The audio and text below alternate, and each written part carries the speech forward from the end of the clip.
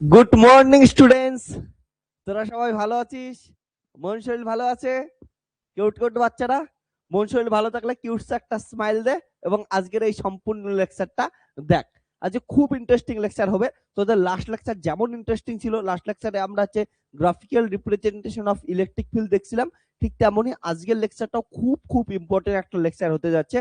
তোদের electricity magnetism পড়ার একটা ফাউন্ডেশন হতে যাচ্ছে। ওকে, এর উপর বেস করে তোরা পুরা ইলেকট্রিসিটি ম্যাগনেটিজম ইজিলি পড়াশোনা করতে পারবি। তার জন্য আজকের লেকচারটা একবার কি করবি, ভালো করে কনসেন্ট্রেশন সহকারে সম্পূর্ণ লেকচারটা দেখবি। এইখানে যে যে আমি তোদের হচ্ছে ট্রিকগুলো বলবো বা যে যে ইম্পর্টেন্ট ডিসকাশন গুলো করবো সেগুলো ভালো করে শুনতে লাগবে, কারণটা এর উপরেই বেস করে পুরো ইলেকট্রোস্ট্যাটিক্স ম্যাগনেটোস্ট্যাটিক্স দাঁড়ায় আছে। ওকে, তো এই লেকচারের ভিতরে আমি তোদের লাস্ট যা লেকচারে যেমনটা বলছিলাম, আজকের লেকচারে আমরা কি করব হচ্ছে চার্জ কনফিগারেশন সম্বন্ধে, চার্জ ডিস্ট্রিবিউশন সম্বন্ধে পড়াশোনা করব। অর্থাৎ আমরা তো এইখানে মেন জিনিস চার্জ নিয়েই পড়াশোনা করতেছি। আমি তোদের বারবার বলতেছি যে ইলেকট্রিসিটি ম্যাগনেটিজমে ইলেকট্রোস্ট্যাটিক্সে কি করব, যে একটা চার্জ থাকবে, সেই চার্জের জন্য আমাদের কোথাও ইলেকট্রিক ফিল্ড ক্যালকুলেট করতে বলবে, সেই ইলেকট্রিক ফিল্ড ক্যালকুলেট করার জন্য বিভিন্ন থিওরেম থাকবে, বিভিন্ন কিছু থাকবে। হ্যাঁ, এবার সেই চার্জটা একটা চার্জ হইতে পারে বা কালেকশন অফ চার্জ হইতে পারে, সেটা ডিসক্রিট হইতে পারে, সেটা কন্টিনিউয়াস হইতে পারে। তো এই চার্জগুলোকে কেমন করে বুঝবো, কোনটা কন্টিনিউয়াস চার্জ, কোনটা ডিসক্রিট চার্জ, কোনটা কালেকশন অফ চার্জ, কোনটা সিঙ্গেল চার্জ, ঠিক আছে, বা কোনটা কোথায় আছে, আমরা সবকিছু কি করব এখানে হচ্ছে ধীরে ধীরে বোঝার চেষ্টা করবো আজকের লেকচারটাই। তো তোদের ইলেকট্রোস্ট্যাটিক্স এর সব থেকে ফাউন্ডেশন লেকচার, এটার উপর বেস করে বিভিন্ন প্রবলেম তোরা কি করতে পারবি, সলভ করতে পারবি। চল তাহলে আজকে আমরা চার্জ ডিস্ট্রিবিউশন সম্বন্ধে পড়বো। তো চার্জ ডিস্ট্রিবিউশন সম্বন্ধে পড়ার আগে আমি ছোট্ট একটা এক্সাম্পল দিয়ে স্টার্ট করতে চাই তোদের আজকের পড়াশোনাটা। তো কি একটা এক্সাম্পল নেই, তোরা জানিস যে কুলম্বস ল কি বলে? কুলম্বস ল যদি আমরা কুলম্বস লর ডিটেলস ফ্যাশন আমরা পড়াশোনা করছি, তো কুলম্বস লকে যদি আমরা সংক্ষেপে আলোচনা করি, কুলম্বস ল কি ছিল? কুলম্বস ল ছিল হচ্ছে দুইটা চার্জের মধ্যে, আরো যদি প্রিসাইসলি বলি যে দুইটা পয়েন্ট চার্জের মধ্যে কি করে হচ্ছে কতটা ফোর্স হচ্ছে, সেই ফোর্সের অ্যামাউন্ট কে কি করতে পারে হচ্ছে বের করতে পারে, সেটাই হচ্ছে কুলম্বস ল, তাই না? কুলম্বস ল এটা ছিল। তো কুলম্বস ল যদি দেখিস তোরা, কুলম্বস ল সবসময় মাথায় রাখবি, এটা হচ্ছে কুলম্বস ল যদি তাহলে হচ্ছে force between force between two point charges. শোন, এইখানে ধরি একটা পয়েন্ট চার্জ আছে Q1 আর এইখানে একটা পয়েন্ট চার্জ আছে হচ্ছে Q2। তাহলে এদের মধ্যবর্তী ডিসটেন্স যদি আর হয়, ওকে, এবার এদের লাইনিং জয়েনিং, তাহলে এদের মধ্যে কুলম্ব ফোর্স কত হবে? Coulomb force Q1 Q2 K force excerpt করবে এই বরাবর, ওটা ডিপেন্ড করবে হচ্ছে কি পজিটিভ চার্জ না নেগেটিভ চার্জ। দুটোই যদি পজিটিভ নেই, আমরা দুটোই যদি পজিটিভ নেই, তাহলে এইদিকে করবে আর ক্যাপ বরাবর, আর এর উপর ফোর্স এক্সার্ট করবে কত হচ্ছে এই বরাবর। ওকে, সিম্পল জিনিস। তো এটা কত হয় according to Coulomb's law? According according to Coulomb's law এটা কত হয় বলতো?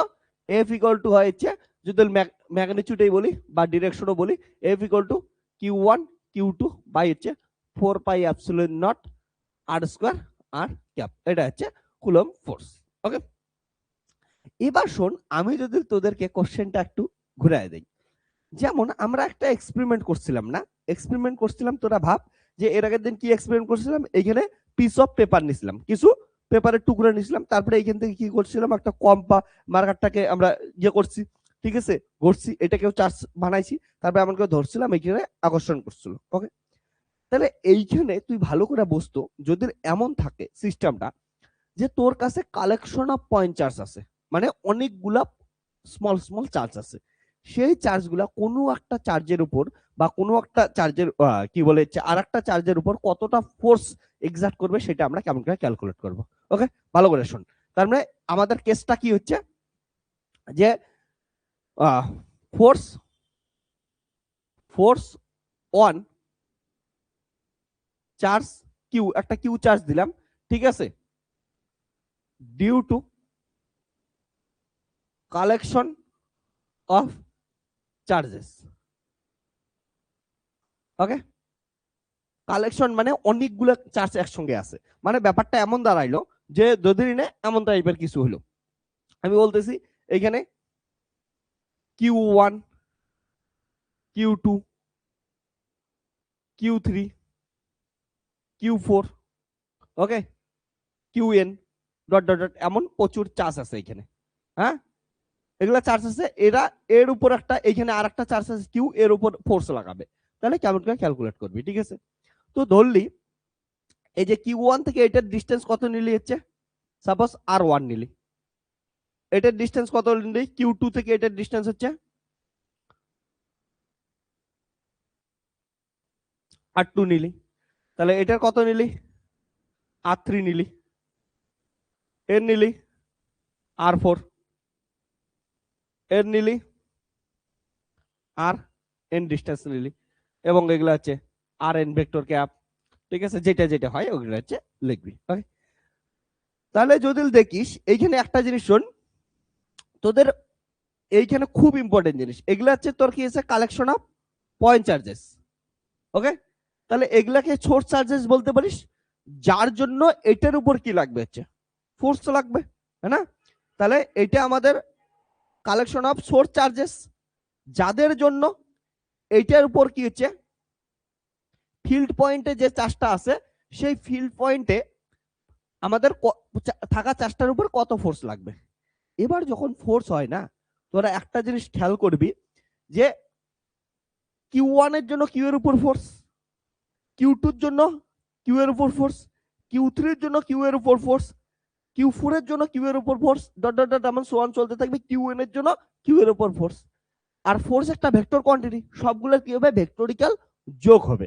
টোটাল ফোর্স অন চার্জ কত হচ্ছে q, okay, total force on charge q. এবার অনেকের মাথায় একটা ছোট্ট কোশ্চেন আসতে পারে এখান থেকে, কি কোশ্চেন বলতো, এই যে Q1 এর সঙ্গে Q2 বা Q1 এর সঙ্গে Q3, Q1 এর সাথে Q4, এদেরও মধ্যে তো ফোর্স লাগতে পারে, লাগতে পারে কি লাগতে পারে না, এরাও তো চার্জ, তাই না। তো Q1 এর সঙ্গে Q4 এর মধ্যে কেন চার্জ লাগতে পারে না, লাগতে পারে, সরি ফোর্স লাগতে পারে না, অবভিয়াসলি ফোর্স লাগতে পারে, এরা তো চার্জ। Q1 এর সাথে Q1, ধরি না Q2 এর সঙ্গে Q1 এর মধ্যে ফোর্স লাগতে পারে, অবভিয়াসলি লাগতে পারে। কিন্তু আমি যখন ক্যালকুলেট করব, শোন, আমি যখন ক্যালকুলেট করব এদের সঙ্গে এর উপর, এদের দ্বারা এর উপর কত ফোর্স লাগতেছে, তখন এদের মধ্যে ইন্টার যে ফোর্স গুলো আছে এগুলাকে কি করব না, আমরা হচ্ছে ক্যালকুলেটিং করব না। কে বলছে এটা, according to superposition principal. Superposition principal কি বলে, সুপারপজিশন প্রিন্সিপাল কি বলে, সুপারপজিশন প্রিন্সিপাল এইটা বলে যে, হ্যাঁ যেটা বলতেছিলাম, সুপারপজিশন প্রিন্সিপাল কি বলে, যে যখন দুইটা চার্জের মধ্যে ফোর্স কি করবি তোরা হচ্ছে বের করবি, ওকে, যখন দুইটা চার্জের মধ্যে ফোর্স বের করবি, তখন মাঝখানে কি করবে না হচ্ছে অন্য কোনো ফোর্সের, অন্য কোনো চার্জের উপর ডিপেন্ডিং করবে না, ওকে। মানে যখন Q1 আর কিউ এর মধ্যে ফোর্স বের করতেছি, মাঝখানে এতগুলা যে চার্জ আছে এগুলাকে বলবে বলে তোরা নাই, মনে মনে বলবে তোরা নাই, ওকে। আবার যখন Q2 এর সঙ্গে এটার মধ্যে ফোর্স বের করতেছি, তখন Q2 আর এটার মধ্যেই ফোর্স বের হবে, বাকি সবগুলো আছে নাই বলে ধরা হবে।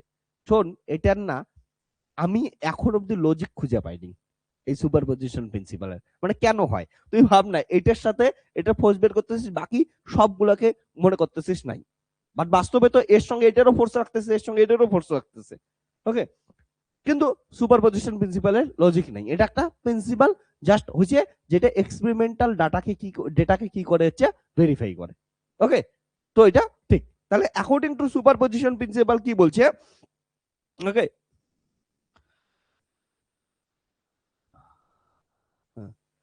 ওকে, তাহলে কি বলছে, এবার দেখ তাহলে, হ্যাঁ যেটা বলতেছিলাম, তাহলে according to superposition principal, superposition principal থেকে কি বলতে পারি, যে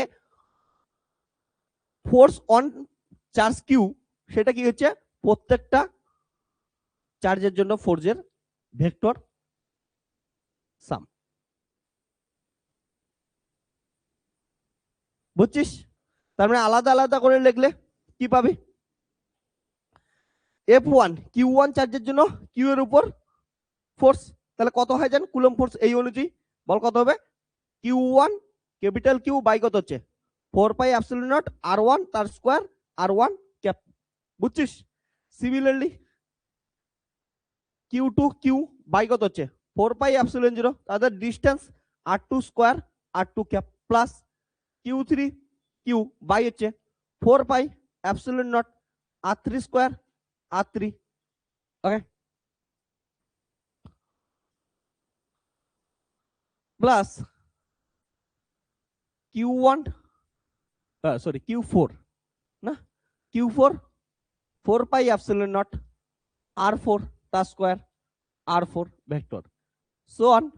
তাহলে কিউ এন কিউ বাই হচ্ছে 4 pi epsilon 0 rn square r cube. তো এটাকে যদি লিখি টোটাল ফোর্স এটাকে দেখতো আমরা কি করতে পারি হচ্ছে সামেশন দিয়ে লিখতে পাই কি পাই না।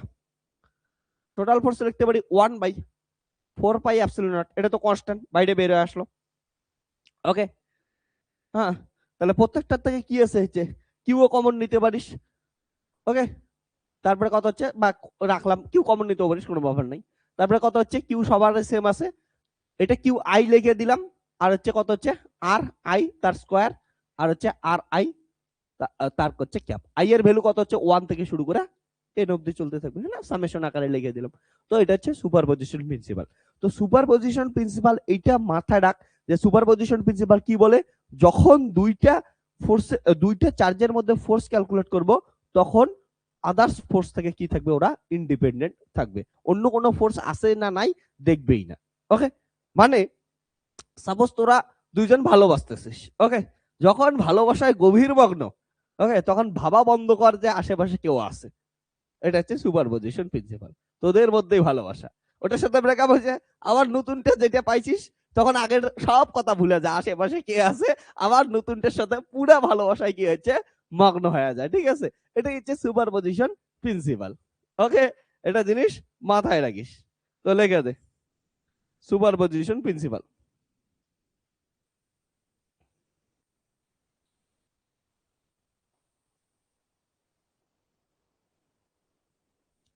তো অনেকগুলো চার্জ থাকলে তখন কিন্তু এমন করে তোদের কি করবি হচ্ছে পড়াশোনা করবি। ওকে,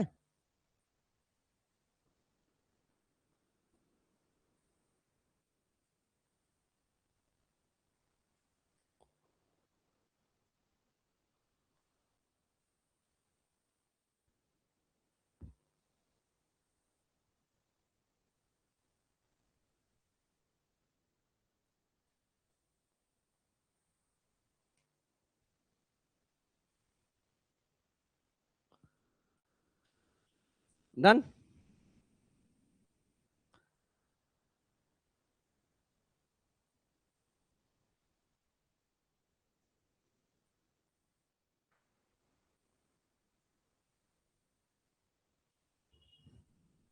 তাদের লেগে নে, হ্যাঁ, আমি আসতেছি 1 minute.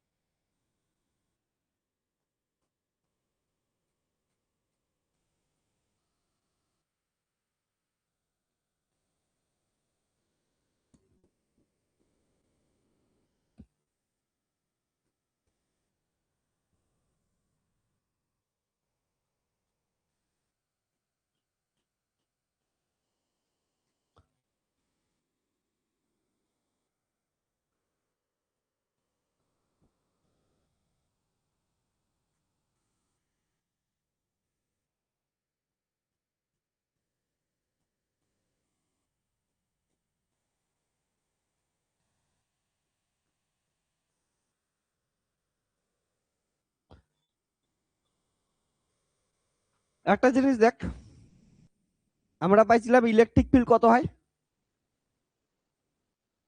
Electric field due to charge Q1 is E1 equal to Q by 4 pi epsilon naught r square, যদি আর ডিস্টেন্সে আমরা করি তাহলে আর হচ্ছে and force between Q1 and Q2 is F equal to হচ্ছে Q1 Q2 by 4 pi epsilon naught r square, তাহলে F equal to Q1 by 4 pi epsilon naught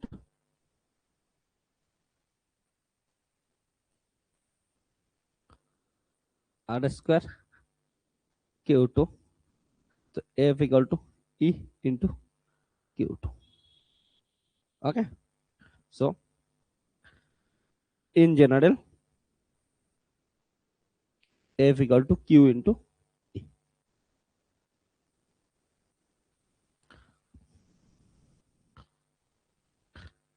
Vectorically F equal to Q into E.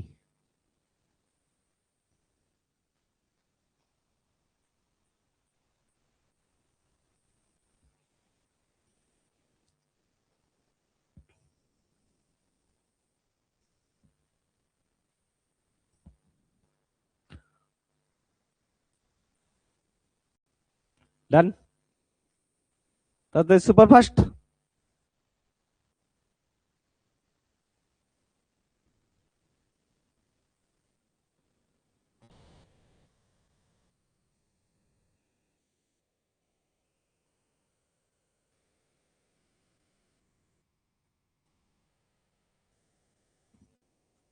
Online তাড়াতাড়ি লেখ, লেখা হলে জানাবি আমাকে, তোদের জন্য বসে বললাম।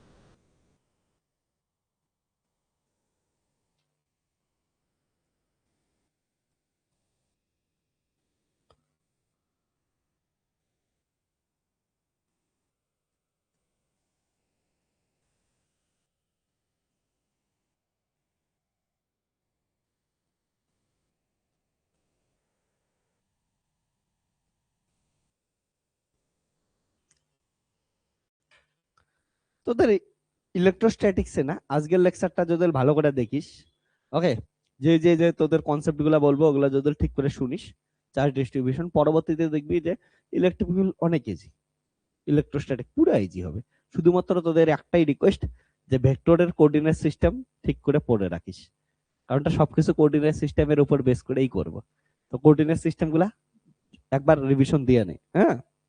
আর যারা একদম পড়িস নেই কোঅর্ডিনেট সিস্টেম, দয়া করে তোরা কি কর হচ্ছে কোঅর্ডিনেট সিস্টেমটা পড়ে নে, ওকে।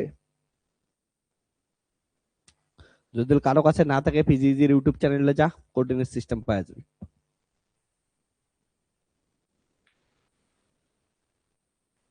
হ্যাঁ, ডিরেক্ট ডেল্টাটা সবাই দেখে নিস, হ্যাঁ। ডিরেক্ট ডেল্টা কয়েকদিন পরেই লাগবে ওগুলোর অ্যাপ্লিকেশনস, ওকে।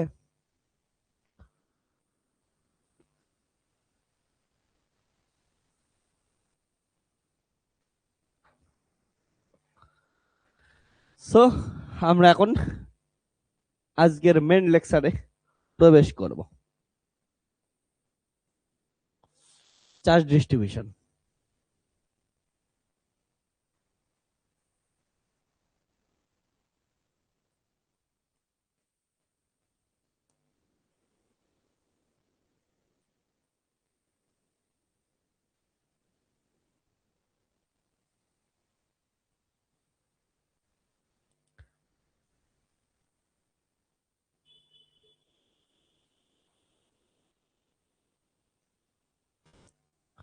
ডান।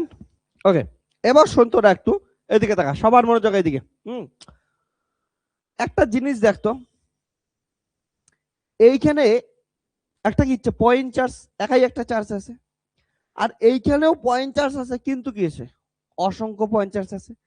তাহলে পয়েন্ট চার্জ হইতে পারে, point charge obviously point charge মানে তোদের আমি বুঝাইছি সেটা কি হচ্ছে তাদের যে মধ্যবর্তী ডিস্টেন্স আছে তাদের সঙ্গে ওই পয়েন্ট চার্জের ডাইমেনশন কি হবে অনেক কম্পারেবলি অনেক স্মল হবে, তখন তাকে আমরা পয়েন্ট চার্জ বলি। ওকে, তো এই পয়েন্ট চার্জের ক্ষেত্রে আমরা দুই ভাবে দেখতে পেলাম, একটা হচ্ছে সিঙ্গেল পয়েন্ট চার্জ থাকতে পারে, একাই একটা আইসোলেটেড পয়েন্ট চার্জ থাকতে পারে, বাকি হইতে পারে এমন কালেকশন অফ পয়েন্ট চার্জেস থাকতে পারে, অসংখ্য পয়েন্ট চার্জ থাকতে পারে। তো চার্জ ডিস্ট্রিবিউশনকে আমরা সাধারণত দুই ভাগে ভাগ করলাম, একটা হচ্ছে কি কন্টিনিউয়াস চার্জ ডিস্ট্রিবিউশন, আর একটা হচ্ছে ডিসক্রিট চার্জ ডিস্ট্রিবিউশন। ওকে, এবার ডিসক্রিট চার্জ ডিস্ট্রিবিউশন দুই ধরনের হইতে পারে, একটা হচ্ছে নরমালি সিঙ্গেল পয়েন্ট চার্জ হইতে পারে, আর একটা কি হইতে পারে হচ্ছে কালেকশন অফ পয়েন্ট চার্জেস হইতে পারে। আর কন্টিনিউয়াস চার্জ ডিস্ট্রিবিউশন আবার তিন ধরনের হইতে পারে, ওয়ান ডাইমেনশনাল হলে লাইন চার্জ ডিস্ট্রিবিউশন বলবো, টু ডাইমেনশনাল হলে তাকে সারফেস চার্জ ডিস্ট্রিবিউশন বলবো, আর যদি কি হচ্ছে থ্রি ডাইমেনশনাল হয় তাহলে ভলিউম চার্জ ডিস্ট্রিবিউশন বলবো। ঠিক আছে, ওকে, চল আমরা চার্জ ডিস্ট্রিবিউশন একবার বোঝার চেষ্টা করি।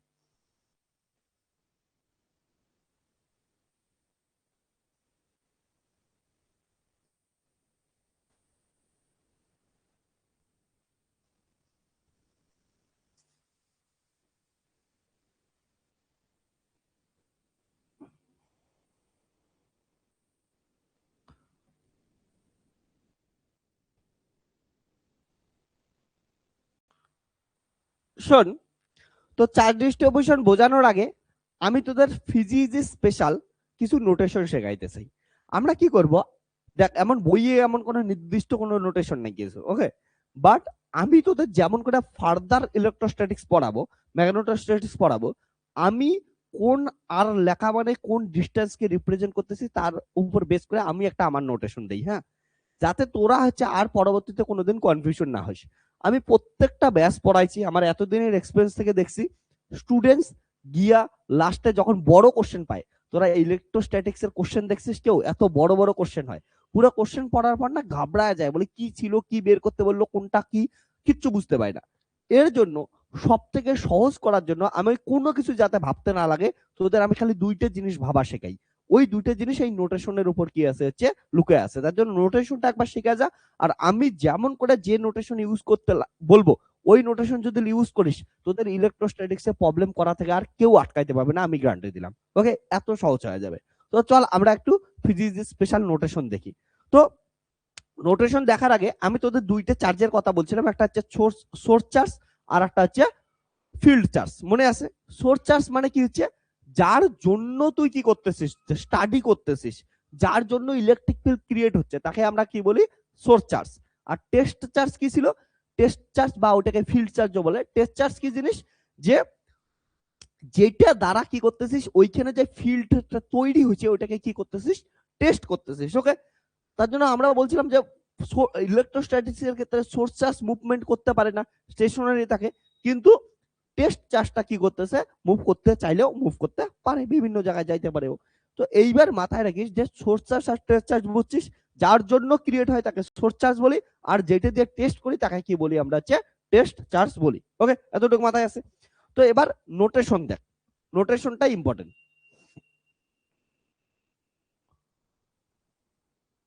নোটেশন, তো ফিজিক্স স্পেশাল নোটেশন আমি শেখাচ্ছি। ইম্পর্টেন্ট জিনিস মাথায় রাখিস, আমরা ধরে নে যে কোনো কিছু যখন পড়াশোনা করব একটা কোঅর্ডিনেটের রেসপেক্টে পড়াশোনা করব। ওকে,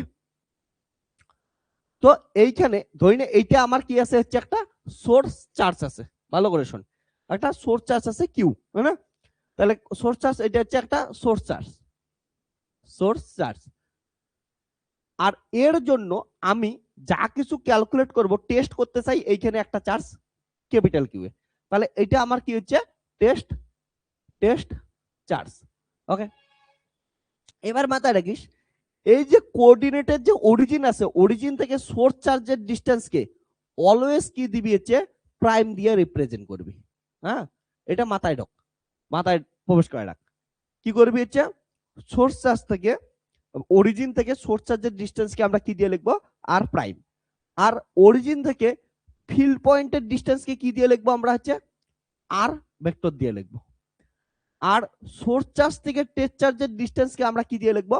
কার্লি আর দ্বারা লিখবো। ওকে, তাহলে সোর্স থেকে ফিল্ড পয়েন্টের ডিস্টেন্সকে কার্লি আর দিয়ে লিখবো। এবার কার্লি আর এর মান কত? এই যদি এটা যদি ত্রিভুজের ভেক্টরের ফর্মুলা ইউজ করে দিস তাহলে কি হবে? সো ফ্রম ফিগার, দেখ ভেক্টর ফর্মুলা ইউজ করা আমি তোদের শেখাই দেই। যেই দুটো একই দিকে যাচ্ছে, এই দুটো একই দিকে যাচ্ছে না, তোর হাত দেখ কোনো চেঞ্জ করতে লাগতেছে না, ওই দুটার যোগফল। তাহলে আর প্রাইম প্লাস কত হচ্ছে?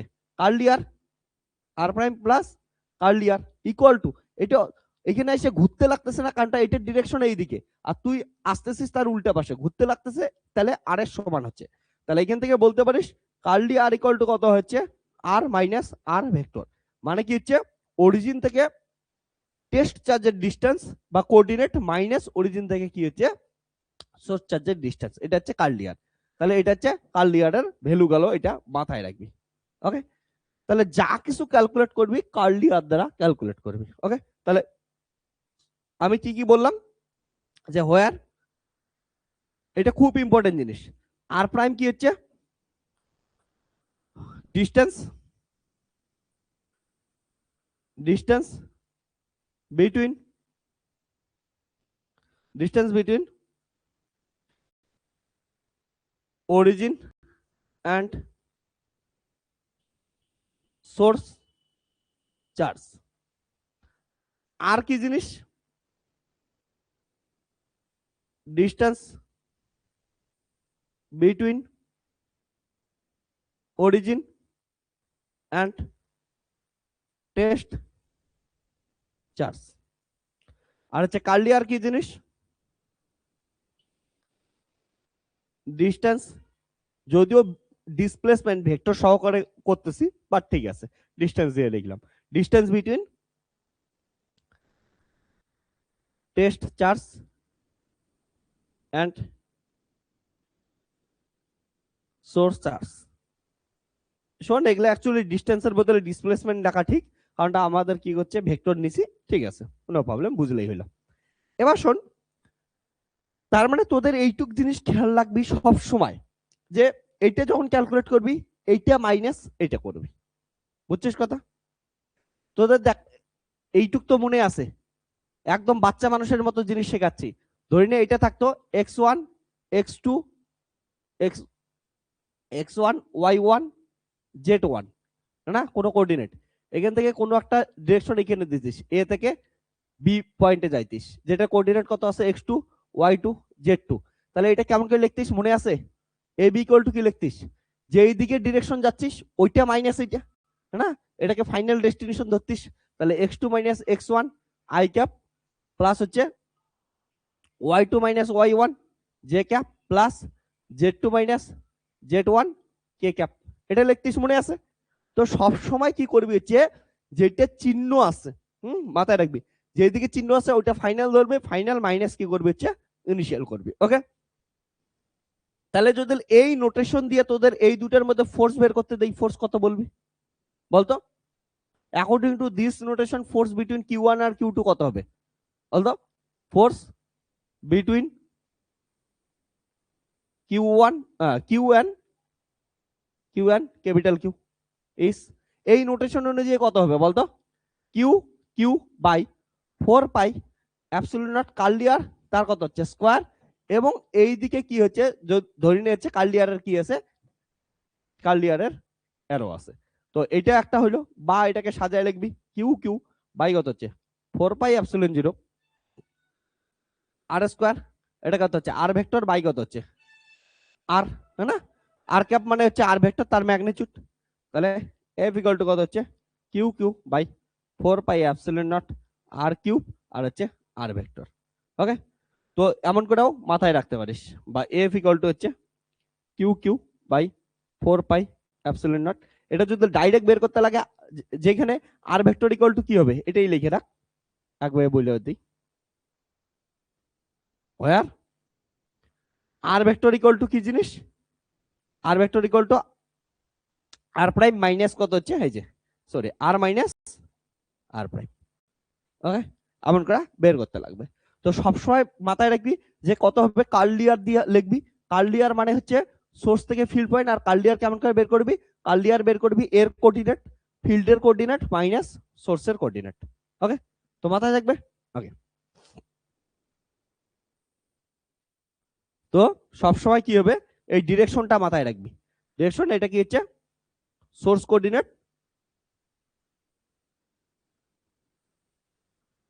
আর হচ্ছে ফিল্ড কোঅর্ডিনেট। একটা ইন্টারেস্টিং জিনিস বলি তোদের আমি, শোন, যে অ্যাকচুয়ালি যখন কুলম্বস ল করবি না, কুলম্বস ল তোরা জানিস, এই যে এটা হচ্ছে কুলম্বস ল, তাই তো? তো কুলম্বস ল তোরা জানিস যে দুইটা পয়েন্ট চার্জের মধ্যে কুলম্বস ল ইউজ করা হয়, হ্যাঁ না? এবার যদি চার্জ দুটা লাইক হয়, মানে একই ধরনের প্লাস প্লাস হয়, তাহলে পরস্পরকে কি করবে? রিপিলস করবে। আবার যদি মাইনাস মাইনাস হয়, পরস্পরকে কি করবে? রিপিলস করবে। কিন্তু প্লাস মাইনাস হলে কি করবে? অ্যাট্রাকশন করবে। এবার তোদের প্রবলেম হয় যখন এই দুইটা চার্জের মধ্যে কি করবি? ফোর্স ক্যালকুলেট করবি, তখন ফোর্স ক্যালকুলেট করতে গিয়ে তোরা পাগলা হয়ে যাস। তোরা ভাবিস ফোর্সের অ্যামাউন্ট ক্যালকুলেট করে নিলাম, কিন্তু ফোর্স কোন ডিরেকশনে লাগতেছে, ডিরেকশন কেমন করে ক্যালকুলেট করবি? ওকে, তো ডিরেকশন ক্যালকুলেট করতে গিয়ে তোদের অবস্থা ব্যান্ড বাজে। তার জন্য আমি তোদের এই নিয়মটা বানাইছি, তোদের ডিরেকশন আর ক্যালকুলেট করার কোনো টেনশনই নেই। শোন, ডিরেকশনের নিয়ম এটাই, তোরা কি করবি যখন ফোর্স এই ফর্মুলায় বসাবি, তখন এতটুক করবি সোর্সের কোঅর্ডিনেট মাইনাস কি করবি? ফিল্ডের কোঅর্ডিনেট। তাই তো এটা চিহ্ন মানে কি? সোর্স কোঅর্ডিনেট মাইনাস কি? Field coordinate. কারণ এটা হচ্ছে ফাইনাল, এটা হচ্ছে ইনিশিয়াল, তাহলে ফাইনাল মাইনাস ইনিশিয়াল করবি। এবং এইখানে কিউ1 আর কিউ2 যেটা আছে, যার যেটা চার্জ দেওয়া আছে ওইটাই বসায় দেয় উইথ সাইন। যদি মাইনাস দেওয়া থাকে মাইনাস বসায় দেয়, প্লাস দেওয়া থাকলে প্লাস বসায় দেয়, সবকিছু যেমন আছে তেমনই বসায় দেবে। লাস্টে যেটা অ্যান্সার আসবে ওইটাই তোদের ডিরেকশন সহকারে অ্যান্সার আসবে।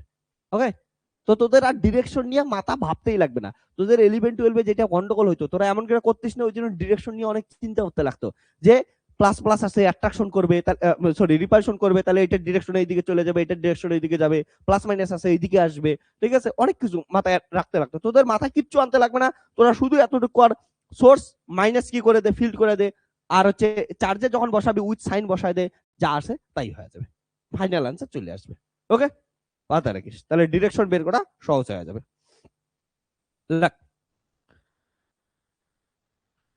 লেগে নে।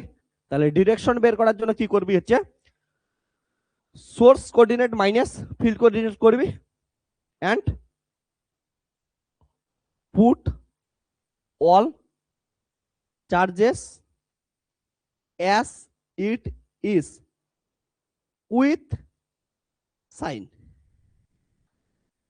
With their respective sign. যার যেটা সাইন আছে সেই সাইন সহকারে কি করবি হচ্ছে পুট করে দিবি। ওকে, তাহলে জীবন বহুত ইজি হয়ে যাবে। নয়তো জীবন দেখবি একদম, বললাম না কিসের পাতার মতো হবে, বুঝতেই পাইতেছিস। হ্যাঁ, ধনিয়া পাতার মতো হবে। ওকে,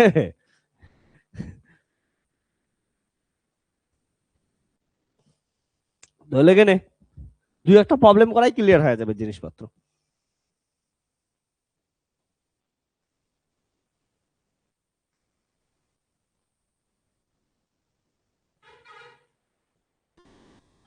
তোরা আবার পরে এটাই ভুলে যাইস না কোনটা সোর্স কোনটা টেস্ট।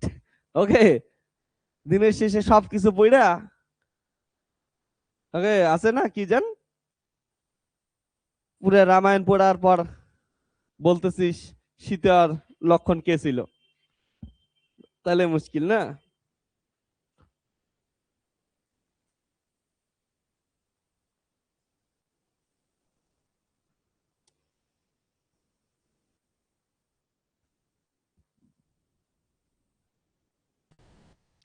তো ডিরেকশন বের করার জন্য সিম্পল রুলস কি করবি? Source minus field coordinate.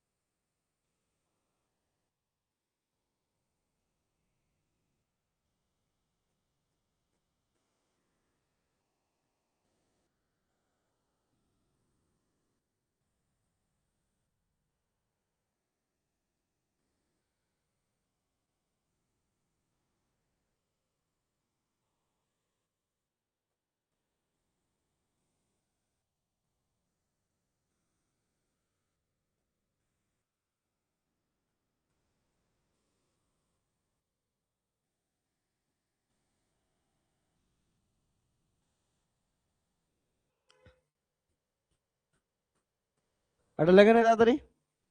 তারপরে এই প্রবলেমটা আমরা সলভ করবো, একটা প্রবলেম সলভ করলেই তোরা ক্লিয়ার হয়ে যাবে জিনিস। তাড়াতাড়ি লেখা হলে জানা।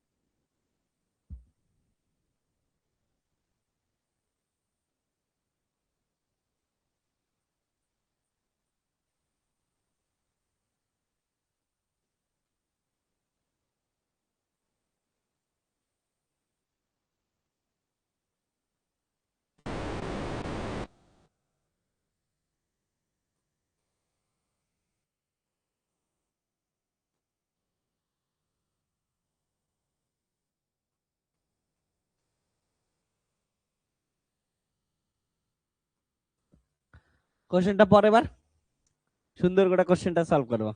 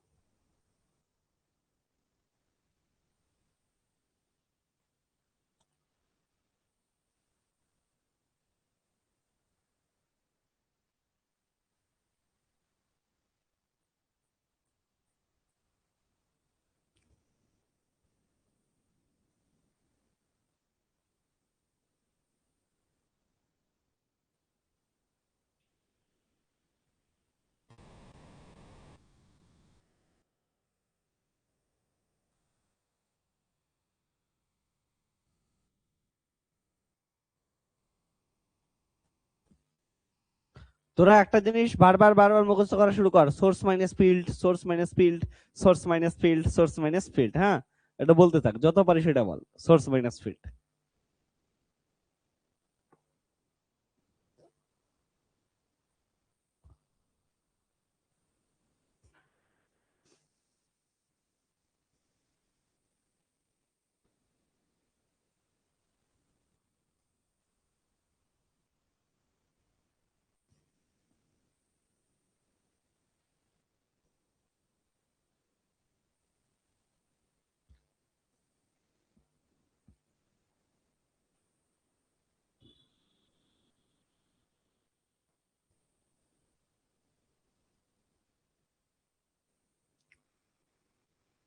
ডান। তো কোশ্চেনটা পরে ইন্টারেস্টিং একটা কোশ্চেন বলছে, কি বলছে দেখ ভালো করে শোন। বলছে যে two charges 10 coulomb and -20 coulomb placed at এইটা এবং এই কোঅর্ডিনেটে রেসপেক্টিভলি। ওকে, তাহলে কোথায় আছে? একটা 10 কুলম চার্জ আছে, এক নাম্বার কোশ্চেন দেখ। 10 কুলম চার্জ আছে, যেটার কোঅর্ডিনেট কোথায় আছে হচ্ছে 10 কুলম চার্জের কোঅর্ডিনেট হচ্ছে 1, 2, -1। ওকে, এত মিটার ধরি না, এত মিটারে আছে, এটা মিটারে আছে। ওকে, আর এইখানে আরেকটা চার্জ আছে -20 কুলম, সেটার কোঅর্ডিনেট কত আছে হচ্ছে -2, 0, 3। এদিকে বোঝার চেষ্টা করে একবার। বলছে এটাই বলছে। এবার বলছে যে ফার্স্ট কোশ্চেন কি বলছে, force 10 coulomb due to -20 coulomb. তাহলে ভালো করে বস, ফার্স্ট কোশ্চেনটা থেকে তোরা পড়ার পর এইটুক বল, কোনটা সোর্স কোনটা টেস্ট, বল কোনটা সোর্স কোনটা টেস্ট। আমি বলছি না, প্রথমে তো শিখতে লাগবে যে সোর্স চার্জ কোনটা, টেস্ট চার্জ কোনটা। তোদের এইটা মনে হয়েছিল যে এই দুইটা দেওয়া আছে, বলা থাকবে একটার জন্য আরেকটা বের করতে বলে। একটা জিনিস মাথায় রাখিস, সোর্স আর টেস্ট এটা তো আমরা ঠিক করছি কোনটা হবে আর কোনটা হবে না, না দুইটা চার্জ আছে, ওরা কি ওদের গায়ে লেবেল করা আছে নাকি আমি সোর্স এটা হচ্ছে টেস্ট? ওটা তোর অ্যাকর্ডিং টু তুই ওটাকে বানায় নিবি কোনটা সোর্স কোনটা টেস্ট। ওকে, এমনকি লেবেল করা থাকবে না, বলে ও টেস্ট চার্জ সোর্স চার্জ, এমনকি লেবেল করা তো কিছুই থাকে না। তো এটা জিনিস মাথায় রাখিস। তো এইবার শোন, এইখানে কি আছে, এটা যদি দেখিস কি বলছে, ফোর্স অন 10 কুলম। কার উপর ফোর্স বের করতে বলছে? 10 কুলমের উপর। ডিউ টু কত হচ্ছে -20 কুলম। তাহলে এইটা দেখতো ডিউ টু কার জন্য বের করতে বলছে, -20। তাহলে এটা সোর্স হিসেবে কাজ করতেছে না, এর জন্য কার উপর, এটার উপর। তাহলে এটা টেস্ট হিসেবে কাজ করতেছে না। তাহলে ডিরেকশন কোনটা নিবি তোরা? ডিরেকশন যেমন বললি কি হচ্ছে, সবসময় কি লিখবি হচ্ছে ফিল্ড থেকে সোর্সের দিকে ডিরেকশন নিবি না। ডিরেকশন সবসময় কি নিবি হচ্ছে ফিল্ড পয়েন্ট থেকে সোর্সের দিকে। তাহলে এটা ফিল্ড মানে কি হচ্ছে টেস্ট চার্জ, আর এটা হচ্ছে সোর্স চার্জ। তাহলে ডিরেকশন কোনটা? এটা। ওকে, বুঝছিস? তো এটা যদি দেখিস তাহলে কত হবে হচ্ছে ফোর্স। তাহলে force on 10 coulomb due to -20 coulomb is F equal to, ভালো করে দেখ, একটা কথা হচ্ছে 10 কুলম আর একটা কথা হচ্ছে -20 কুলম। আমি কি বললাম যে যেমন আছে অমনই লিখবি, হ্যাঁ, উইথ সাইন, এটাই বললাম, all charges as it is with their respective signs, sign সহকারে। তারপরে হচ্ছে 4 পাই অ্যাবসলিউট নট। এবার হচ্ছে আর, তাহলে আর ভেক্টর কত হবে তোরা নিজেরাই বলতো, আমি এখানে লিখে দিতেছি। আর ভেক্টর ইকুয়াল টু কত হবে? কি বললাম, সোর্স মাইনাস কি করবি ফিল্ড, তাহলে কত হবে -2 -1 আই ক্যাপ, তারপরে কত হবে +0 -2 জে ক্যাপ, তারপরে কত হচ্ছে 3 -1, তারপরে হচ্ছে কে ক্যাপ। বুঝছিস? তাহলে কত হচ্ছে -3 আই ক্যাপ, -2 জে ক্যাপ, +4 কত হচ্ছে কে ক্যাপ। এটা হচ্ছে আর ভেক্টর। তাহলে আর ভেক্টরের ম্যাগনিটিউড কত হবে? ম্যাগনিটিউড যদি দেখিস কত হবে, -3 তার স্কয়ার 9, তারপরে -2 তার স্কয়ার 4, তারপরে কত হচ্ছে 16। তাহলে কত হচ্ছে √29। ওকে, তাহলে এটা কত হচ্ছে √29। তো এখানে কি বসাবি, ফর্মুলাটা যেটা আছে ওইটা বসাই দে। তো ফর্মুলাটা কি ছিল, এই যে এটা ফর্মুলা, আর ভেক্টর বাই কত হচ্ছে আর কিউব। তাহলে কত হচ্ছে আর ভেক্টরের মান কত গেল, এইটা আর ভেক্টরের মান হচ্ছে -3 আই ক্যাপ, -2 জে ক্যাপ, +4 কত হচ্ছে কে ক্যাপ, বাই এটার ভিতরে কত হচ্ছে √29, তার কত হচ্ছে কিউব। এটা হচ্ছে অ্যান্সার। বুঝছিস? তাহলে দেখ এই যে ফোর্স না, এই যে ফোর্স, ফোর্সের ডিরেকশন কোথায় লুকিয়ে আছে, এখানে লুকিয়ে আছে, বাস, সিম্পল জিনিস। ওকে, এটা জিনিস মাথায় রাখিস। তাহলে ফোর যদি দেখিস একটু যদি সিম্পলিফাই করি সেটা কত হবে হচ্ছে 200 বাই 9 × 10⁹, কারণ 1/4 পাই এপসিলন 0 এর ভ্যালু 9 × 10⁹, 29 3/2, আর এটা হচ্ছে 3 I cap +2 J cap -4 K cap. Okay, এটা হচ্ছে অ্যান্সার। তোদের এক্সামে যেগুলো দেওয়া থাকবে একটু ভালো ধরনের ডেটা দেওয়া থাকবে, আমি তো এখানে বানাচ্ছি অ্যান্সার এমন ভুলভাল আসতেছে। তাহলে পরের কোশ্চেনটা তোরা অ্যান্সার বল, 2 নম্বরের অ্যান্সার বল, কি বলছে দেখ তো ভালো করে,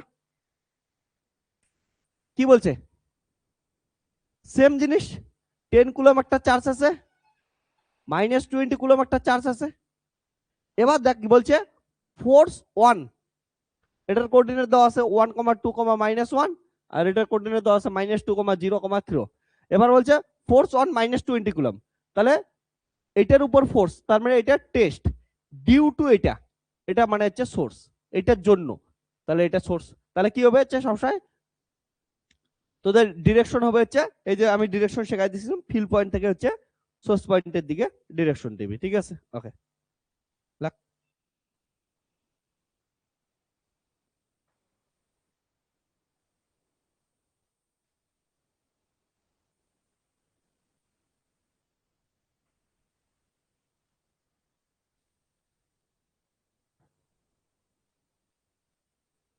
ওই একটা জিনিস আমরা গন্ডগোল করছি, বুঝছিস? কার জন্য? সোর্সের জন্য, হ্যাঁ। তাহলে ডিরেকশন সোর্স থেকে ফিল্ড হবে, সরি সরি, এইখানে একটা জিনিস দেখ, আমি এটা কি ড্র করছিলাম রে, আমাকে একটু খাতা দে না, উল্টা করছি না, দেখ সোর্স থেকে টেস্টের দিকে নিছিলাম না, ভালো করে দেখ, সোর্স থেকে টেস্টের দিকে নিছি, তাহলে এইখানে গন্ডগোল হয়েছে। হ্যাঁ, হ্যাঁ, এইটা ডিরেকশনটাই উল্টে দেই, সোর্সের ডিরেকশন মাইনাস কি হচ্ছে ফিল্ডের ডিরেকশন, হ্যাঁ, এটা মাথায় রেখে, সরি। তাহলে সোর্স থেকে ফিল্ডের ডিরেকশন হবে, তাহলে ফিল্ড কোঅর্ডিনেট মাইনাস কি হবে হচ্ছে সোর্স কোঅর্ডিনেট। ওকে, প্রথমে ছবিটার ক্ষেত্রে দেখ সোর্স মাইনাস কি ছিল, টেস্ট ছিল না। ওকে, এই দেখ এই যে এটা ছবি ছিল আমাদের, এটা সোর্স থেকে কিসের দিকে গেছিলাম, টেস্টের দিকে গেছিলাম, এখানে লিখতে গিয়ে গন্ডগোল করছি। হ্যাঁ, তাহলে কি হচ্ছে সবসময় ডিরেকশনটা মাথায় রাখিস, সোর্স মাইনাস হচ্ছে ফিল্ড। ওকে, তো এটাই গন্ডগোল হয়েছে। হ্যাঁ, ওকে, তাহলে এটাই আমি কি হচ্ছে কোশ্চেনটা চেঞ্জ করে দেই, এটা হচ্ছে কোশ্চেন নাম্বার কত হচ্ছে 2, না? তাহলে কি হচ্ছে ফোর্স অন এত, কোশ্চেন নাম্বার 2। তাহলে কি হচ্ছে দেখ সবসময় কি হবে হচ্ছে সোর্স থেকে ফিল্ডের দিকে ডিরেকশন, সোর্স থেকে মানে, হ্যাঁ, তাহলে এটার ক্ষেত্রে কোশ্চেন নাম্বার 2 ক্ষেত্রে এটা দেখ কি আছে হচ্ছে সোর্স, এটা হচ্ছে ফোর্স ওয়ান কত হচ্ছে -20 কুলম, তাহলে এটা হচ্ছে টেস্ট, না? আর এটা কি হচ্ছে সোর্স, কারণটা ডিউ টু 10 কুলম, তাহলে কি হচ্ছে সোর্স থেকে কোন দিকে যাবে হচ্ছে টেস্টের দিকে। তাহলে force on -20 coulomb due to 10 coulomb, একটু চেঞ্জ করে নিস। হ্যাঁ, উল্টে গেছিল, এটা গন্ডগোল আছে। তো সোর্স মাইনাস টেস্ট হবে। হ্যাঁ,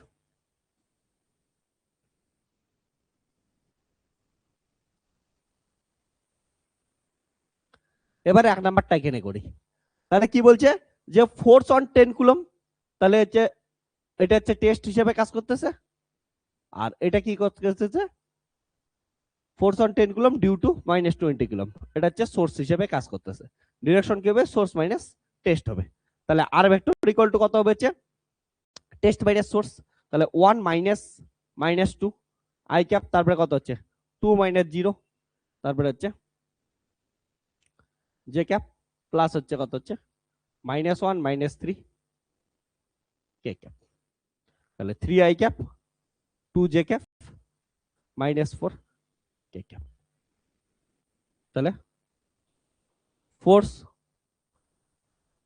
on 10 coulomb due to -20 coulomb is F equal to 1/4 pi epsilon 0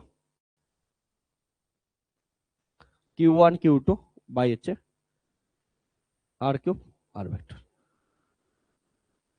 তাহলে F equal to 9 into 10 to the power 9, q1 হচ্ছে 10 coulomb -20 coulomb by r vector মানে হচ্ছে √9 + 4 + 16 তার কিউব, আর হচ্ছে 3 i cap plus 2 J cap -4 K cap. তাহলে F equal to হচ্ছে 200 into 9 into 10 to the power 9 by 29 3/2 3 i cap plus 2 j cap -4 k cap। একটা interesting জিনিস দেখ, একটু এদিকে তাকা, খুব একটা ইম্পর্টেন্ট কথা আমি বলতেছি তোদের জন্য। সেটা কি দেখ, এইটার অ্যান্সার কত আসছে বলতো, এটাই আসছে না 209 into 10 to the 9 by এটা, এটা সেম আসছে না, শুধুমাত্র এটার সামনে প্লাস আসছে, এটার সামনে কি হচ্ছে মাইনাস, তাই আসার কথা না। দেখ এই দুটো চার্জের মধ্যে যদি ফোর্স ক্যালকুলেট করি, একজন আরেকজনকে তো সেম ফোর্স লাগাবে কিন্তু অপোজিট ডিরেকশনে, তাই তো বলে নিউটনস কি হচ্ছে third law, Newton's third law same বলে না, every action has opposite reaction. তারপরে এটার উপর যত ফোর্স রাখতেছে ওর উপরে অতই ফোর্স লাগবে, অ্যামাউন্ট সেম হবে, ডিরেকশন আলাদা হবে। তার জন্য অ্যামাউন্ট সেম আসলে ডিরেকশন আলাদা, এই জন্য একটা মাইনাস আসছে, এখানে একটা প্লাস আসছে। ওকে, বুঝছিস? তার মানে অ্যান্সার পারফেক্ট আছে। আর এটা জিনিস একটু মাথা রেখে উল্টে হয়ে গেছিল, সোর্স মাইনাস ফিল্ড হবে, মানে সোর্স পয়েন্ট থেকে ফিল্ড পয়েন্টের দিকে। ওকে, সোর্স টু ফিল্ড, তাহলে যখন বিয়োগ করবি তখন হচ্ছে ফিল্ড মাইনাস সোর্স করবি। ঠিক আছে, এইটুকু জিনিস খেয়াল রাখিস।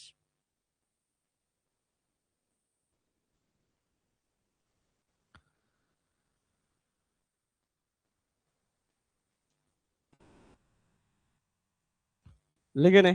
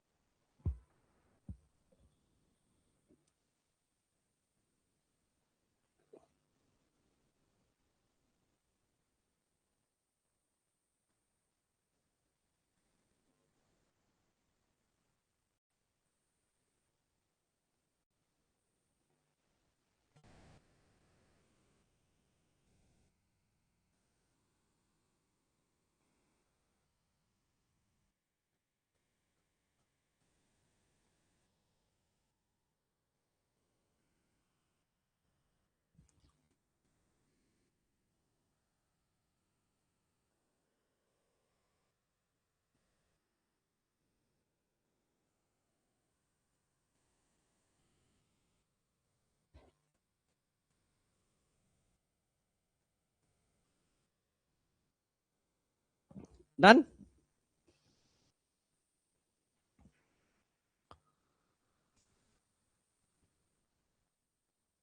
তো সবসময় মাথায় রাখবি কোশ্চেন পড়া বুঝতে লাগবে তোর সোর্স কোনটা আর হচ্ছে টেস্ট কোনটা, তারপরে ডিরেকশন কোন দিকে দিবি, সোর্স থেকে টেস্টের দিকে।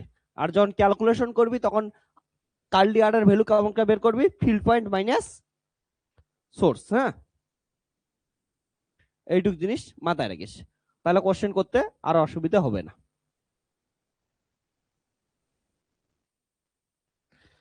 আর এই যে তোদের একটু আগে যেমন দিলাম 10 কুলম আর হচ্ছে -20 কুলম, এবার তুই যদি আমি যে প্রসেসে শেখাইলাম ওই প্রসেসে শেখাস তাহলে তোর ভাবতেই লাগবে না এদের মধ্যে অ্যাট্রাকশন হচ্ছে, রিপালশন হচ্ছে, অ্যাকচুয়ালি রেজাল্টেন্ট ডিরেকশন কোন দিকে থাকবে, এগুলো কিচ্ছু ভাবতে লাগবে না। ওকে, ডিরেকশন সবকিছু ওর ভিতরে ইনক্লুডেড হয়ে আসবে। ওকে, সবকিছু ইজিলি করার এটা হচ্ছে বুদ্ধি। এবার চল চার্জ ডিস্ট্রিবিউশন বুঝি, তাহলে রিডিং দে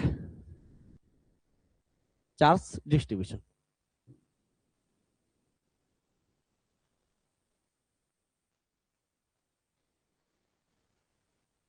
ওকে,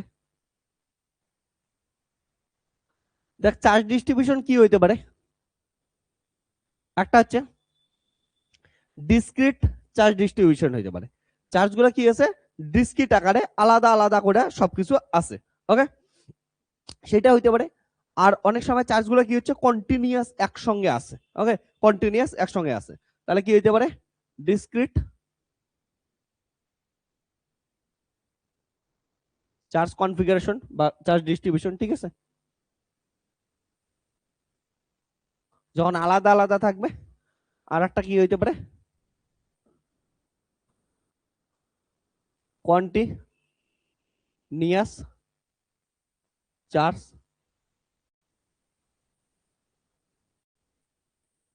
ডিস্ট্রিবিউশন হতে পারে। ঠিক আছে, কন্টিনিউয়াস চার্জ ডিস্ট্রিবিউশন। এবার দেখ ডিসক্রিট চার্জ ডিস্ট্রিবিউশনের ক্ষেত্রে কি হইতে পারে, একটা সিঙ্গেল চার্জ থাকতে পারে, সিঙ্গেল চার্জ থাকতে পারে।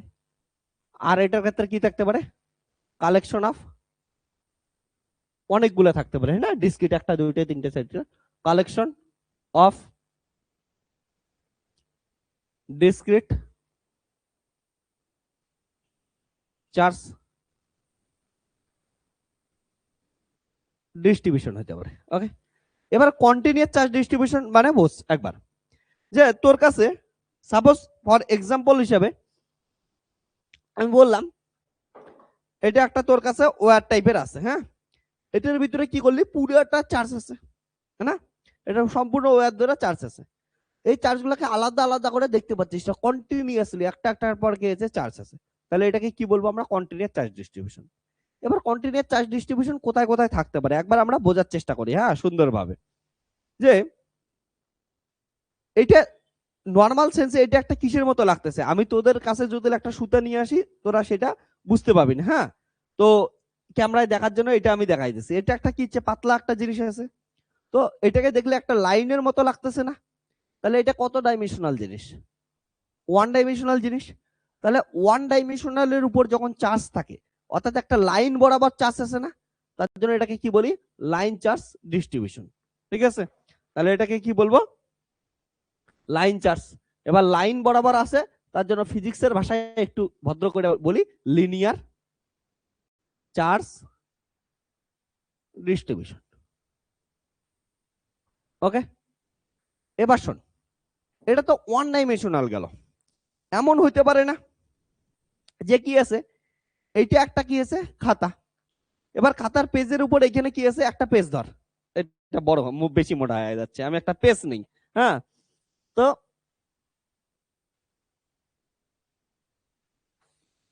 দেখ এটা একটা পেজ, এটার ভিতরে ধরি না পুরো পেজ জুড়ে ধরি না কি আছে চার্জ আছে, প্লাস মাইনাস যে কোনো কিছু চার্জ থাকতে পারে। তো পুরো পেজ জুড়ে যদি কি থাকে চার্জ থাকে। ওকে, ভাব এটা একটা কি আছে একটা শীট আছে, তাহলে শীটটার জুড়ে কি আছে প্রচুর পরিমাণ কি আছে প্লাস প্লাস বা মাইনাস যে কোনো চার্জ হইতে পারে। তো এমন করে কি আছে কন্টিনিউয়াসলি একটা আর একটার সঙ্গে একদম আলাদা কিছু নাই। হ্যাঁ, আমি তো আর্ট করার সময় এখানে কি করতেছি, আলাদা আর্ট করতেছি, বাট এটার ভিতরে ভাব এমন করে আছে চার্জ পড়ে পড়ে আছে। তাহলে এই চার্জ গুলো কোথায় আছে, কত ডাইমেনশনালে আছে বলতো? একটা পেপার কত ডাইমেনশনাল? এই পেপারটা কত ডাইমেনশনাল? ভালো করে বল, পেপার কত ডাইমেনশনাল? 2 ডাইমেনশনাল। কারণটা দেখতে পাচ্ছিস এটা কি হচ্ছে, দৈর্ঘ্য আছে প্রস্থ আছে, ঠিক আছে না, দুই দিকে যাচ্ছে না, দৈর্ঘ্য আর প্রস্থ। তাহলে 2 ডাইমেনশনাল জিনিস। তাহলে এই যে 2 ডাইমেনশনাল মানে কি হচ্ছে, সারফেস। তোরা জানিস তো লেন্থ ইনটু ব্রেথ করলে কি পাস, সারফেসে পাস, লেন্থ ইনটু উইডথ। তাহলে কি হচ্ছে, সারফেস পাচ্ছিস। তাহলে এটাকে কি বলবো, সারফেস চার্জ ডিস্ট্রিবিউশন। ওকে, তাহলে এটাকে কি বলবো আমরা, surface charge distribution, surface charge distribution.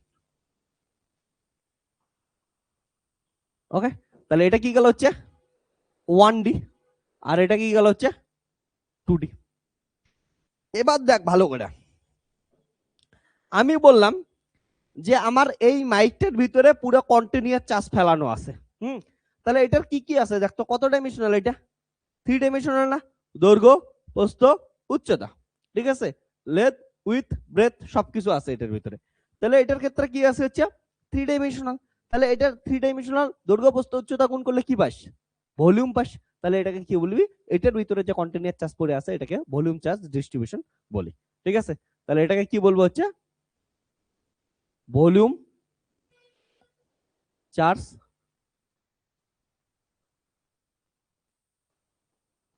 Distribution. Obviously এটা কি হচ্ছে 3D তে আছে। তো ইম্পর্টেন্ট জিনিস বোঝার চেষ্টা কর। তাহলে দেখ, এটা হচ্ছে সিঙ্গেল চার্জ। আমরা প্রত্যেকটা সম্বন্ধে একটু একটু করে আলোচনা করি। ধরি না একটা সিঙ্গেল চার্জ আছে, ওকে। তাহলে সিঙ্গেল চার্জের জন্য যদি একটা কোঅর্ডিনেট বরাবর নিস, এক্স ওয়াই জেড, এইখানে ধরি না কোথাও একটা কি আছে হচ্ছে, ভালো করে শোন, কোনো একটা সোর্স চার্জ আছে, সিঙ্গেল চার্জ কিউ আছে, ওকে। কিউ এর জন্য তুই ধরি না এখান থেকে 8 ডিস্টেন্সে পি পয়েন্টে ইলেকট্রিক ফিল্ড ক্যালকুলেট করতে চাস, তাহলে ইলেকট্রিক ফিল্ড কত হবে বলতো? কিউ এর জন্য ইলেকট্রিক ফিল্ড হবে কিউ, ঠিক আছে, by 4 pi epsilon nought into, আমি এটা আমার যে সোর্স পয়েন্ট এটা, আর এটা আমার কি হচ্ছে ফিল্ড পয়েন্ট। আমরা ডিরেকশন কোন দিকে দেই, সোর্স থেকে ফিল্ডের দিকে। তাহলে এটাকে আমরা কি নাম দিলাম, কার্লিয়ার, নরমালি যেটা দিয়ে লিখলাম, আমি বললাম নোটেশন এখন ইউজ করব। তাহলে কত হচ্ছে কার্লিয়ার, তার কত হচ্ছে স্কোয়ার। যদি ডিরেকশন দেশ তাহলে কার্লিয়ার তার কত হচ্ছে কিউ। বুঝছিস? এটা গেল হচ্ছে কার জন্য, electric field due to a point charge distribution, ঠিক আছে, সিঙ্গেল পয়েন্ট চার্জ ডিস্ট্রিবিউশন। এবার এটাই যদি এমন হয়, ভালো করে শুন, এক্স ওয়াই জেড, এইখানে কালেকশন অফ পয়েন্ট চার্জেস আছে, কিউ ওয়ান আছে, কিউ টু আছে, কিউ থ্রি আছে, ওকে, কিউ এন আছে, এমন করে এতগুলা কি আছে, সোর্স চার্জ আছে, ওকে, এগুলো হচ্ছে সোর্স চার্জ। আর এইখানে আমাদের কি হচ্ছে ফিল্ড পয়েন্ট পি, ওকে। তাহলে এই ফিল্ড পয়েন্টের ডিস্টেন্স কিউ ওয়ান থেকে ডিস্টেন্স হচ্ছে এই বরাবর হচ্ছে আর ওয়ান, না, এটা থেকে কত নাম দিলে হচ্ছে আর ওয়ান। তাহলে এটার থেকে নাম কত হবে হচ্ছে আর টু, এটার থেকে নাম কত হবে আর থ্রি, এই দিক থেকে নাম কত হবে আর এন। তাহলে ইলেকট্রিক ফিল্ড কি হবে বল, ইলেকট্রিক ফিল্ড তো ভেক্টর।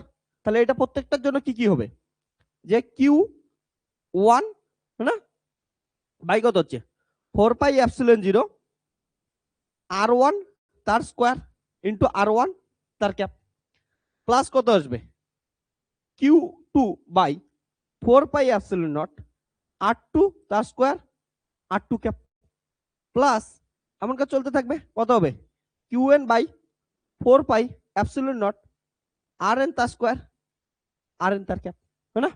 তাহলে কি লিখতে পারি 1 by 4 pi epsilon nought q i by কত হচ্ছে আর আই তার স্কোয়ার আর আই ভেক্টর। বুঝছিস? তাহলে এটা গেল হচ্ছে electric field due to collection of point charges, অনেকগুলা। তাহলে আই এর ভ্যালু কত হচ্ছে 1 থেকে 10 অবধি যাবে। বুঝছিস? ক্লিয়ার আছে এইটুক জিনিস? তো এমন সিম্পল সিম্পল জিনিস মাথায় রাখবি, যেখানে বুঝতেই পারছিস আর আই এর মান কত হবে। ওকে, আর আই এর মান যখন ক্যালকুলেট করবি কেমন করে ক্যালকুলেট করবি মনে আছে? আর আই এর ভ্যালু কেমন করে ক্যালকুলেট করতে লাগবে তোদের? আর আই এর ভ্যালু ক্যালকুলেট করার বুদ্ধি কি, যে আর আই মানে কি হচ্ছে সোর্স থেকে ফিল্ড পয়েন্টের ডিস্টেন্স, তাহলে ফিল্ডের কোঅর্ডিনেট মাইনাস কি করবি হচ্ছে সোর্সের কোঅর্ডিনেট, হ্যাঁ না? ফিল্ডের কোঅর্ডিনেট মানে কি হবে, ফিল্ডকে যেন কি দিয়ে লিখি আমরা, আর ভেক্টর দিয়ে লিখি, মাইনাস সোর্স আর প্রাইম দিয়ে লিখি, তাই না? তো যখন আমি কোশ্চেন করাবো তখন বুঝতে পারবে। আই কিসের জন্য দিলাম, দেখ ফিল্ড তো এইটা, হ্যাঁ না? এটা তো ফিক্সড, এটা ফিক্সড মানে আমি তোদের বলতে যাচ্ছি এটা জিনিস দেখ, ফিল্ডের ডিস্টেন্স কই থেকে, অরিজিন থেকে মাপতেছিস, এটা থেকে এটার ডিস্টেন্স কত, এটা তো ফিক্সড, কত হচ্ছে, এটার নাম হচ্ছে আর ভেক্টর। আর আর প্রাইম কি হচ্ছে, এটার জন্য একটা হবে, এটার জন্য একটা হবে, এটার জন্য একটা হবে, এটার জন্য একটা হবে, তার জন্য এটা আর প্রাইমের মান কি লিখলাম, আর আই। ওয়ান এর জন্য ওয়ান, টু এর জন্য টু, থ্রি এর জন্য থ্রি, ফোর এর জন্য ফোর। এটা থেকে এবার কত নিবি, এইটা নিলে এইটা হবে, এটা নিলে এইটা হবে, এটা নিলে এইটা হবে, ওটা ডিপেন্ড করবে। ঠিক আছে, ক্লিয়ার হচ্ছে এতটুকু? ওকে, তাহলে ডিসক্রিটের ক্ষেত্রে সিঙ্গেল চার্জ থাকলে এটা ইউজ করবো, আর কালেকশন অফ চার্জ থাকলে কি করবো, সবগুলো সাম করে দেবো, এতটুকু। ওকে, এত এগুলোর কোনো এক্সপ্রেশন মুখস্থ করতে লাগবে না, তোরা সিম্পল লজিকটা মনে রাখ। সিঙ্গেল আছে তাহলে একটার জন্য করে দিবি, হ্যাঁ না? সিঙ্গেল আছে একটার জন্য করবি, collection of point charge distribution আছে তাহলে কি করবি হচ্ছে সবগুলোর জন্য করে যোগ করে দিবি। ক্লিয়ার? এবার আমরা আসি হচ্ছে লিনিয়ার চার্জ চার্জ ডিস্ট্রিবিউশন। হ্যাঁ, তো লিনিয়ার চার্জ ডিস্ট্রিবিউশন ওয়ান ডির ক্ষেত্রে কি হবে, দেখ তো কি হবে, দেখ ভালো করে।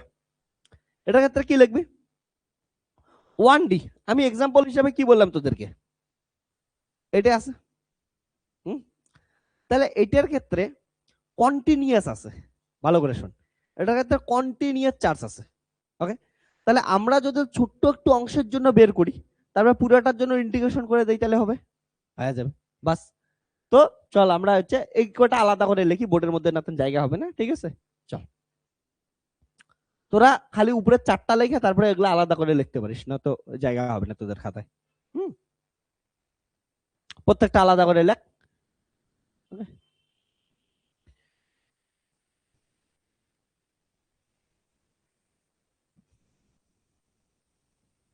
লিখে নে তাড়াতাড়ি, এইটুকু একবার বুঝে গেলে তারপরে আর কোনো প্রবলেম নেই।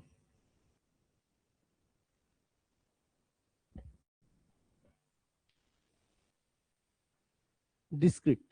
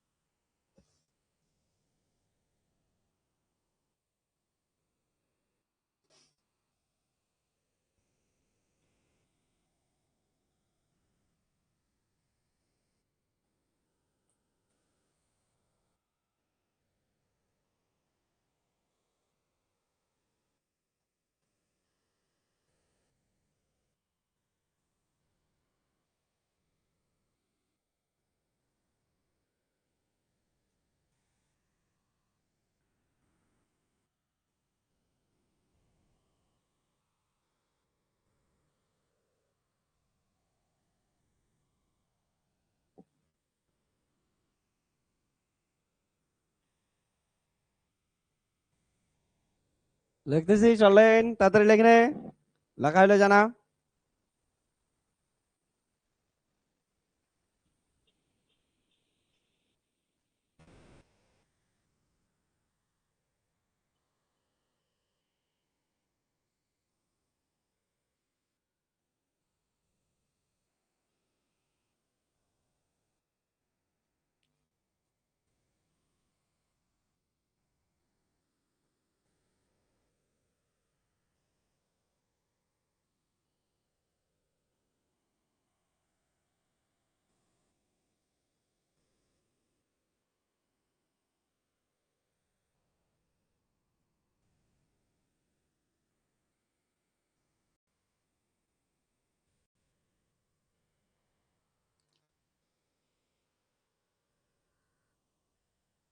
তোদের এইটা একবার লেখা হয়ে গেলে না, একবার বুঝে যাবে, তারপর দেখবি অনেক প্রবলেম সলভ করাবো।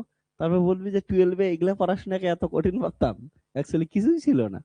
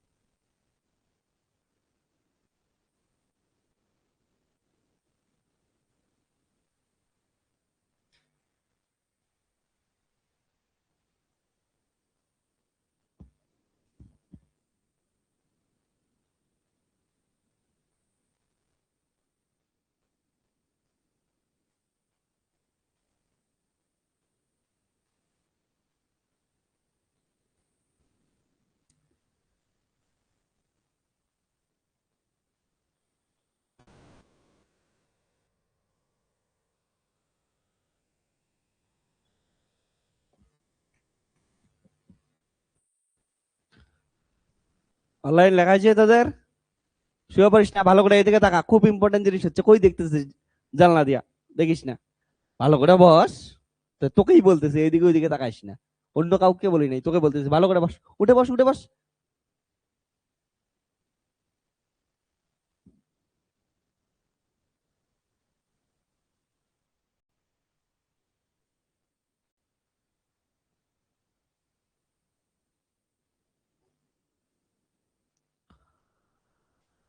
এবার চলো শুরু করি হচ্ছে লিনিয়ার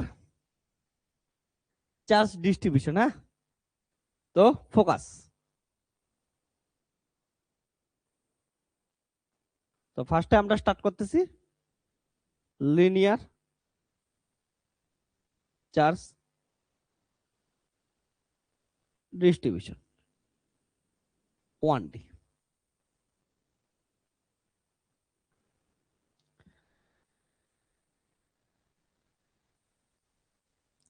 ডান।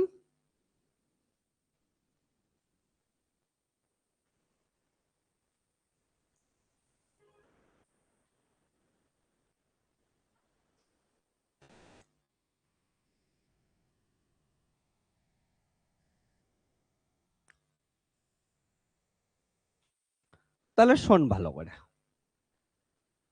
সিম্পল জিনিস।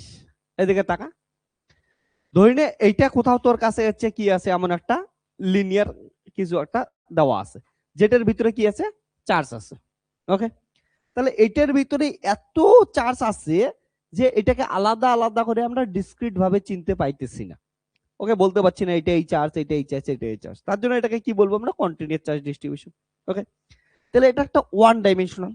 তাহলে এটার ভিতরে যখন কন্টিনিউয়াসলি চার্জ আসে, তার মানে কি বলতে পারি, যেমন তোরা ডেনসিটি কাকে বলিস জান, মাস পার ইউনিট ভলিউম। ওটা কি হচ্ছে মাসের ডেনসিটি। মাস ডেনসিটি কি জিনিস, মাস পার ইউনিট ভলিউম, যেটা দিয়া মুখস্থ করছিস তোরা সবকিছু। ওখানে ভলিউম কিসের জন্য, কারণটা হচ্ছে 3D নিতেছি। ওকে, তাহলে 1D নিলে কি পাবে, লেন্থ পাবে না, না? 1D তে তো আর ভলিউম আসতে পারে না কোনোদিন, ভলিউমের জন্য 3D দরকার। তাহলে মাস পার ইউনিট লেন্থ, কিন্তু আমরা কি বলতেছি এখানে, চার্জ পড়তেছি, তাহলে কি হবে, চার্জ পার ইউনিট লেন্থ। ওটাকে কি বলবো, লিনিয়ার চার্জ ডেনসিটি। ওকে, তাহলে কি জিনিস আসবে, যে charge charge per unit length, okay, is called linear charge density.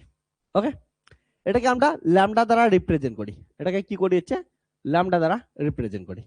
তাহলে so charge density lambda equal to কত হবে হচ্ছে টোটাল চার্জ পার ইউনিট কি হচ্ছে লেন্থ। ওকে, তো যদি টোটাল চার্জ ধরে নিয়ে কত আছে হচ্ছে কিউ আর লেন্থ এল আছে, তাহলে আমাকে লিখতে পারিস। ওকে, এবার দেখ, তাহলে ধরলাম আমাদের কি আছে, এটা একটা কি আছে হচ্ছে এমন একটা লাইন দেওয়া আছে যেটার ভিতরে চার্জ আছে, সেটা প্লাস চার্জ থাকতে পারে, মাইনাস চার্জ থাকতে পারে, এমন প্রচুর পরিমাণ কি আছে এটার ভিতরে চার্জ আছে। আর কন্টিনিউয়াস চার্জ আছে না, কন্টিনিউয়াস চার্জ আছে, কন্টিনিউয়াস চার্জ আছে। তো কন্টিনিউয়াস চার্জ থাকলে এইটার একটা জিনিস মাথায় রাখ, এটা হচ্ছে পুরোটাই সোর্স। এইখানে ধরে কোনো একটা পয়েন্ট আছে হচ্ছে ফিল্ড পয়েন্ট, যেখানে তুই কি করতে চাস, ইলেকট্রিক ফিল্ড ক্যালকুলেট করতে চাস। ওকে, তাহলে ইলেকট্রিক ফিল্ড ক্যালকুলেট করতে চাইলে কি হবে, দেখ ভালো করে, পুরোটার জন্য বের করবি তো চার্জ কন্টিনিউয়াস আছে, এইখানে একটা স্মল এলিমেন্ট কেটে নে, এতটুকু একটা স্মল এলিমেন্ট কেটে নে। তাহলে স্মল এলিমেন্ট কতটা কাটলি ধরে নে, ডিএল স্মল এলিমেন্ট কাটলি, তাহলে পুরোটার মধ্যে চার্জ কত হচ্ছে কিউ। পুরোটার মধ্যে চার্জ কত আছে কিউ, আর পুরোটার লেন্থ কত হচ্ছে এল। তাহলে এই স্মল এলিমেন্টের মধ্যে চার্জ কত থাকবে হচ্ছে ধরে নে ডিকিউ থাকবে, স্মল চার্জ ডিকিউ থাকবে। তো এটা ধরে নে এক্স ওয়াই কিছু একটা নাম দে, এটা হচ্ছে অরিজিন। তাহলে এটা কি হচ্ছে সোর্সের ডিসটেন্স, সোর্সের ডিসটেন্সকে কি দিয়ে লিখি আমরা আর প্রাইম। এটা তোর কিসের ডিসটেন্স, ফিল্ডের ডিসটেন্স, ফিল্ডের ডিসটেন্সকে কি দিয়ে লিখিস আর, আর সোর্স থেকে ফিল্ডের ডিসটেন্সকে কি দিয়ে লিখিস হচ্ছে কার্লি আর। ঠিক আছে, তো এবার দেখ ভালো করে, তাহলে for for small element delta L charge, small charge কত হবে হচ্ছে ডিকিউ। সো সো আমরা কি বলতে পারি দেখ, সো ল্যামডা ইকুয়াল টু কত হবে ডিকিউ বাই কত হচ্ছে ডিএল। ভালো করে দেখ, এটা ছিল পুরাটার জন্য, আর আমরা কি লিখলাম হচ্ছে স্মল এইটুক জায়গায়। তো এইটুক জায়গায় কত আছে lambda equal to charge density কত হবে ডিকিউ বাই ডিএল হবে। তাহলে এখান থেকে কি বলতে পারি ডিকিউ ইকুয়াল টু কত হচ্ছে ল্যামডা ইনটু ডিএল। ওকে, একবারে লিখে দিই। হ্যাঁ, সো চার্জ ডিকিউ ইজ কত হবে বলতো DQ equal to lambda into DL. মানে বুঝছিস তো, যারা মানে বুঝিস না এদিকে শোন, ল্যামডা কি জিনিস, ল্যামডা হচ্ছে এই তারের প্রতিটা অংশে সেটা হচ্ছে চার্জ ডেনসিটি, ডেনসিটি কত আছে। এবার এইটুক অংশে যদি তোর চার্জ লাগে তাহলে কি করবি, এইটুক অংশে চার্জ ইকুয়াল টু কত হবে এইটুক অংশ এবং ওইটুক অংশের ডেনসিটি কত আছে ল্যামডা, না। এবার যখন পুরোটার জন্য লাগবে তাহলে পুরোটার জন্য কি করবি, ফর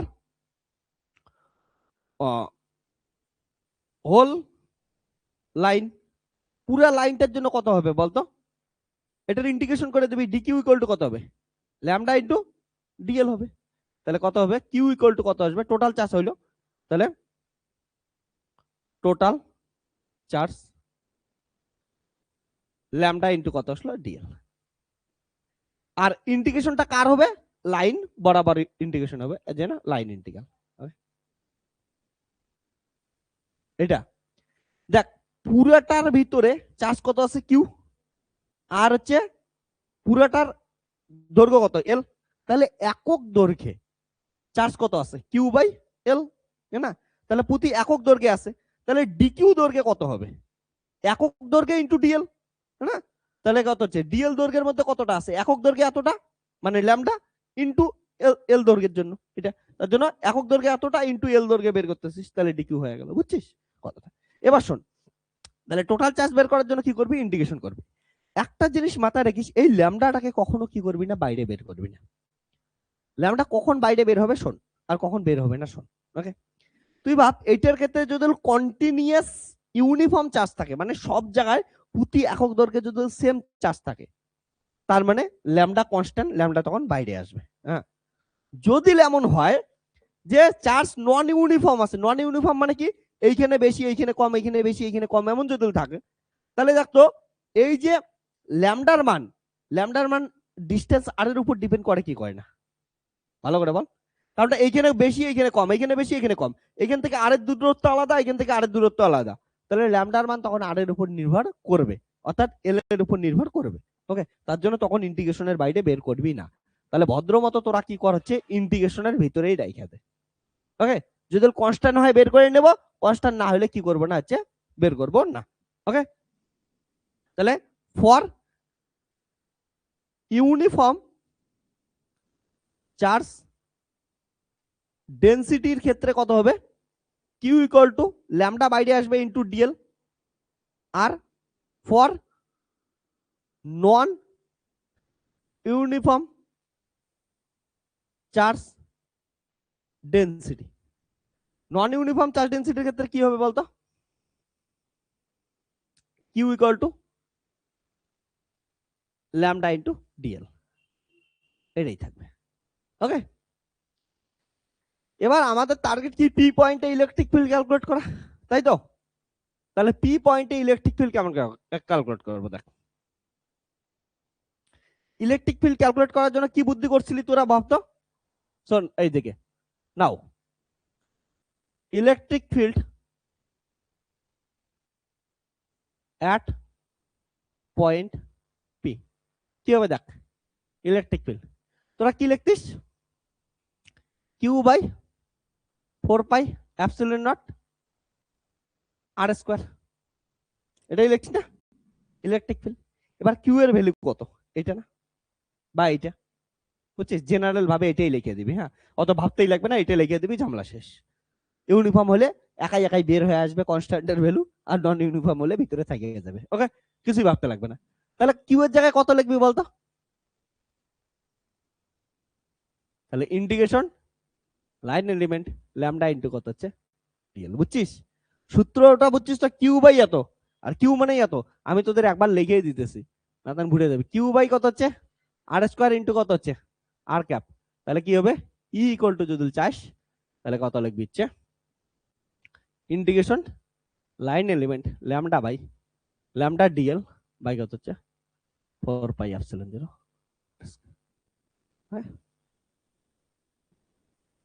যদিও ডিএল নেওয়া উচিত না, কারণ সবকিছু আর দিয়ে লিখতেছি, ডি আর নেই, মানে একই জিনিস, তোরা বুঝবি কি বুঝবি না আমার ওটাই হচ্ছে ভয় লাগে, বুঝছিস তো। এটা যখন আর এর সাপেক্ষে করবো না, মানে এটাও কিন্তু ডি আর, ওকে, মানে এটার নাম তুই ডি আর দে আর ডি এল দে, একই জিনিস তো, এইটুকু বুঝিস তো, এটা নামেই, হ্যাঁ। Okay, তো এটা হচ্ছে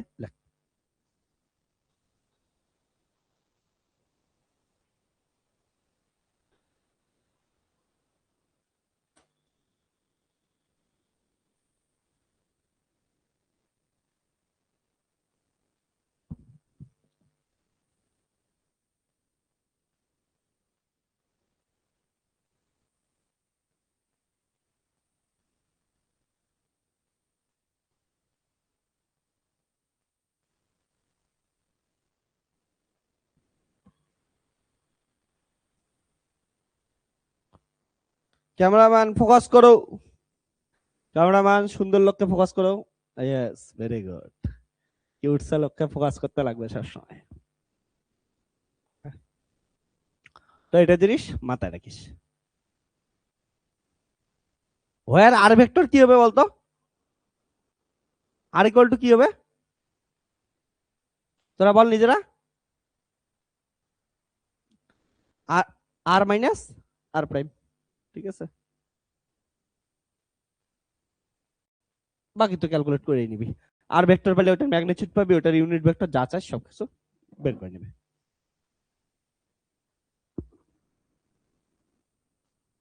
চল, আর দুইটা চার্জ ডিস্ট্রিবিউশন আছে।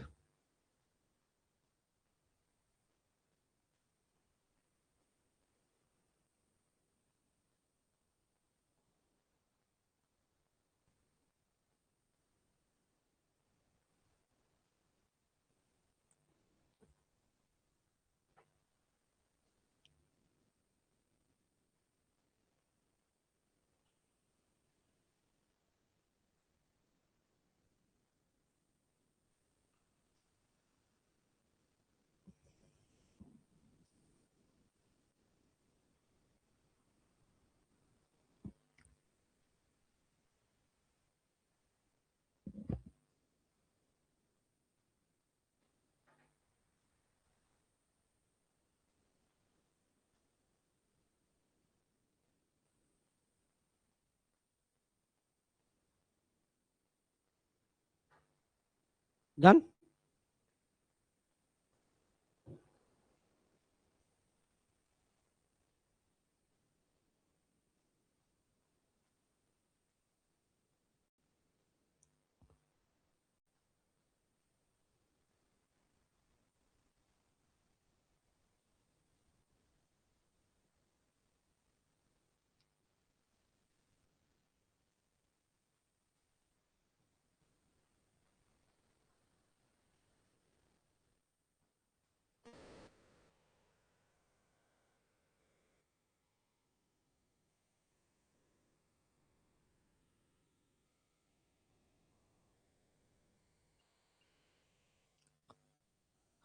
এরপরে আমরা কি করব, এটা যখন শেখা হয়ে যাবে দেন প্রত্যেকটা চার্জ ডিস্ট্রিবিউশনের উপর বেস করে আমরা কুলম্ব লর সাহায্যে, এগুলা তো কুলম্ব লই পড়াশোনা করতেছি না, ইলেকট্রিক ফিল্ড ক্যালকুলেট করব।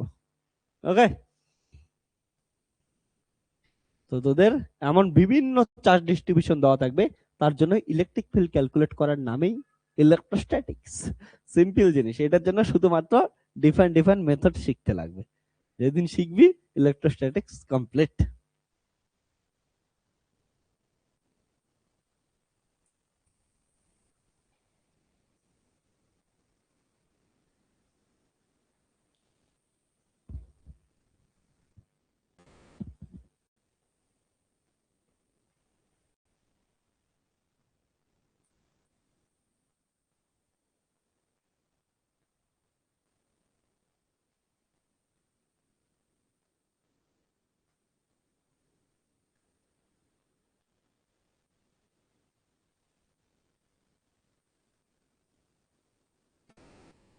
তো তোরা এইটুক মাথায় রাখবি, পরের বার থেকে আর এটাই লেখাবো না।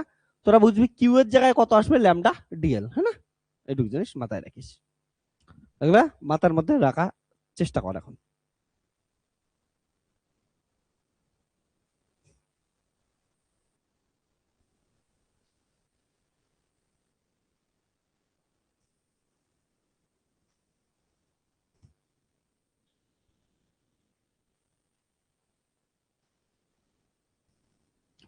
তো সেকেন্ড এবার কি হচ্ছে, সারফেস চার্জ ডিস্ট্রিবিউশন, হ্যাঁ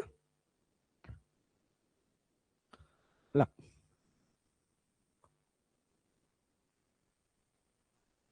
সারফেস চার্জ ডিস্ট্রিবিউশন।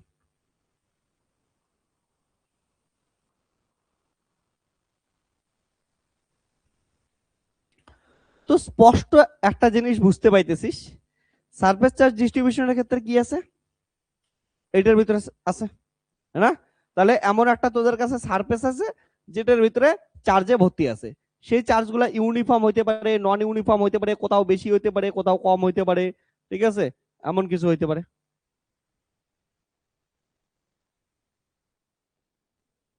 এমন, এবার দেখ, এইটা যদি কি হচ্ছে, এখানে যদি চার্জ থাকে, এবার এইটা হচ্ছে অনেকগুলো চার্জ আছে, এখানে যতটা ফাঁকা ফাঁকা দেখতে পাচ্ছি সব অবভিয়াসলি থাকবে না, ওইখানে বলতে পারবি না এটা ওই চার্জ, ওইটা ওই চার্জ, সেটা ওই চার্জ, তার জন্য কন্টিনিউয়াস চার্জ ডিস্ট্রিবিউশন।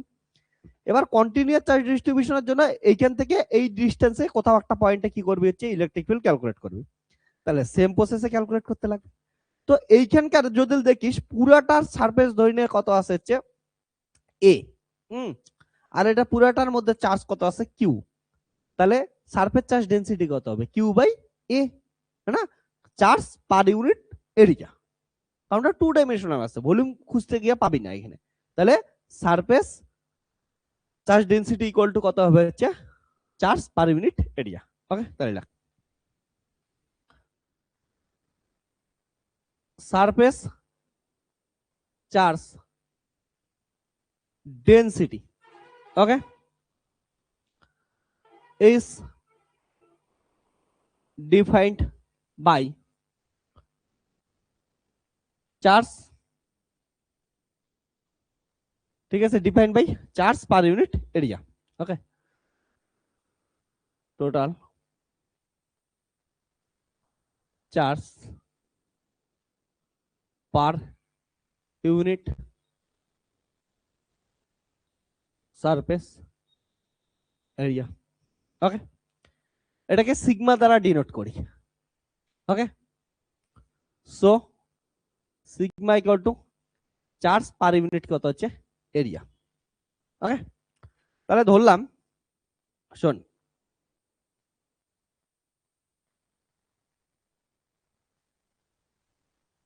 তো এখানে কি আছে, একটা সারফেস আছে। ওকে, তো এটা একটা সারফেস আছে। হ্যাঁ, সারফেসের মধ্যে এটার মধ্যে টোটাল চার্জ কত আছে কিউ, আর এটার সারফেস এরিয়া কত আছে এ। হুম, এবার পুরো সারফেসটার ভিতরে কি আছে, চার্জ আছে, তোরা জানিস। পুরো সেটা কন্টিনিউয়াস চার্জ, ইউনিফর্ম হইতে পারে, নন ইউনিফর্ম হইতে পারে, মানে সব জায়গায় সমান থাকতে পারে, আবার নাও থাকতে পারে। তো কি করে, এইখান থেকে ছোট্ট একটু এরিয়া কেটে নে। ওকে, ছোট্ট একটু এরিয়া কেটে নে, তাহলে এই এরিয়া এরিয়া ডিএনএ এবং এই এরিয়ার মধ্যে চার্জ কত নে, ডিকিউ নে, ছোট্ট এরিয়া। তাহলে সো কত হবে, so for small surface area DA the charge DQ equal to কত হবে বলতো। দেখ, একক এরিয়াতে কত আছে, ইউনিট এরিয়ায় চার্জ কত আছে সিগমা, তাহলে এইটুক এরিয়ায় এইটুক ডিএ এরিয়ায় চার্জ কত থাকবে, ডিকিউ ইকুয়াল টু বল সিগমা ইন্টু ডিএ হবে না। বুঝছিস তো কথাটা, না বুঝলে বল। আগেরটার মতোই, একক দৈর্ঘ্যে ল্যামডা ছিল, তাহলে এল দৈর্ঘ্য কত, ল্যামডা ডিএল হবে। এখানে একক এরিয়ায় কত, ইউনিট এরিয়ায় সিগমা আছে, তাহলে ইউনিট এরিয়ায় সিগমা হলে তাহলে ডিএ এরিয়ায় কত হবে, সিগমা ডিএ হবে। সোজা বজ্রগুণন। ওকে, করছিস না, যে জয়নে একজন লোক তোকে হচ্ছে 10 টাকা ভিক্ষা দিল, তাহলে যদি ভিক্ষা করতে থাকিস 15 জন লোক কত ভিক্ষা দিবে তোকে। সিম্পল জিনিস, 10 ইন্টু কত হচ্ছে 15, এটাই না, 150 টাকা ভিক্ষা পাওয়া যাবে। তো এটাই এমন জিনিস যে একজন লোকের কথা আছে সিগমা, তাহলে হচ্ছে ডিএ এরিয়ার ভিতরে কত আছে হচ্ছে সিগমা ডিএ। ওকে, বুঝছিস এখন। এটা ব্যবসার কথা শুনলে সবার মাথায় ভালো চলে না, ও মাথায় অলরেডি আসছে, বলে একটা ছোট বাটি কিনছি, সবগুলোর মাথায় আসছে। ঠিক আছে, বাটি নিয়ে কোথায় দাঁড়াবি মোটামুটি রাস্তাও ঠিক করে নিছিস। হ্যাঁ, সবগুলোর মাথায় আসছে না জয়িতা, কি বলিস, এই দেখ জয়িতার মাথায় আসছে, মাথাও নাড়াইতেছে। ওকে, ভিক্ষা করার জন্য রেডি সবাই। আমি বলছি মাথায় আসা শেষ, জয়িতা মনে মনে ভাবতেছে কুচবিহারের মদন মারবার সামনে কোটারা নিয়ে চলেই যাবে। ঠিক আছে না জয়িতা, আই দেখ ওইটাও ভাবছে, জায়গাও ঠিক করে নিছে। ও তুই ভাব, জয়িতা জায়গা অব্দি ঠিক করে নিছে। তো কি আছে, আমি ভিক্ষার গল্প করতে করতে তুই ভাব ইমাজিনেশন পড়াচ্ছি এতক্ষণ ধরে, এগুলা ইমাজিনেশন আসতেছে না, ভিক্ষার কথা বলছি, ইমাজিনেশন শেষ। ঠিক আছে, একটা এতটুকু বাটি কিনছে, ডান। ওকে, তাহলে দেখ, তাহলে টোটাল চার্জ কত হবে, টোটাল চার্জের জন্য কি করবি, পুরোটা এরিয়া জুড়ে কি করে দিবি, ইন্টিগ্রেশন করে দিবি সিগমা ইন্টু ডিএ। এই ইন্টিগ্রেশনটা কি হবে, সারফেস ইন্টিগ্রেশন না ভলিউম ইন্টিগ্রেশন, কত ডাইমেনশনালে করতেছি, 2 ডাইমেনশনালে, তাহলে হচ্ছে সারফেস ইন্টিগ্রেশন। এটা ইন্টিগ্রেশন কি হচ্ছে, সারফেস ইন্টিগ্রেশন। ওকে, তাহলে total charge Q equal to কত হলো হচ্ছে double integration sigma into DA, এটা হচ্ছে সারফেস ইন্টিগ্রেশন।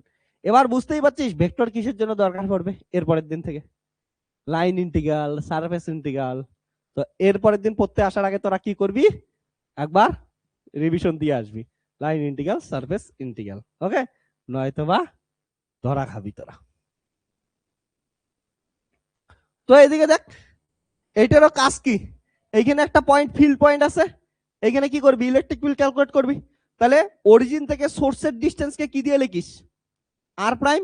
অরিজিন থেকে ফিল্ডের ডিসটেন্সকে কি দিস, আর, আর সোর্স থেকে ফিল্ডের ডিসটেন্সকে কি দিয়ে এসেছে, curly R.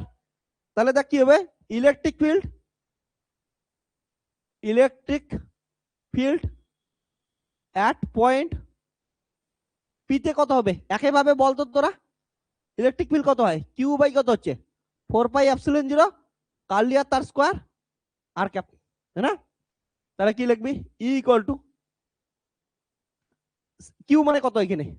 Surface integration sigma DA by কত হচ্ছে 4 pi epsilon naught curl D R তার স্কয়ার আর কিউব। তাহলে কত হচ্ছে 1 by 4 pi epsilon naught surface integral sigma DA by কত হচ্ছে আর স্কয়ার আর কিউব। এখানে একটা কথা আবার মনে করাই দেই, যদি কি আসে ইউনিফর্ম হয় সিগমা বাইরে বের হবে, যদি নন ইউনিফর্ম হয় সিগমা ভিতরেই থাকবে। ওকে, তাহলে ওয়ার আর ভেক্টর জানিস তোরা, সেটা হচ্ছে ফিল্ড মাইনাস সোর্স কোঅর্ডিনেট। লেগে নে। আমি আর বারবার ইউনিফর্ম নন ইউনিফর্মের জন্য লেখাচ্ছি না, তোরা অ্যান্সার জানিস। ওকে, ওটা কোশ্চেন করার সময় বুঝে যাবো কোনটা বাইরে বেরোবে আর কোনটা ভিতরেই থাকবে।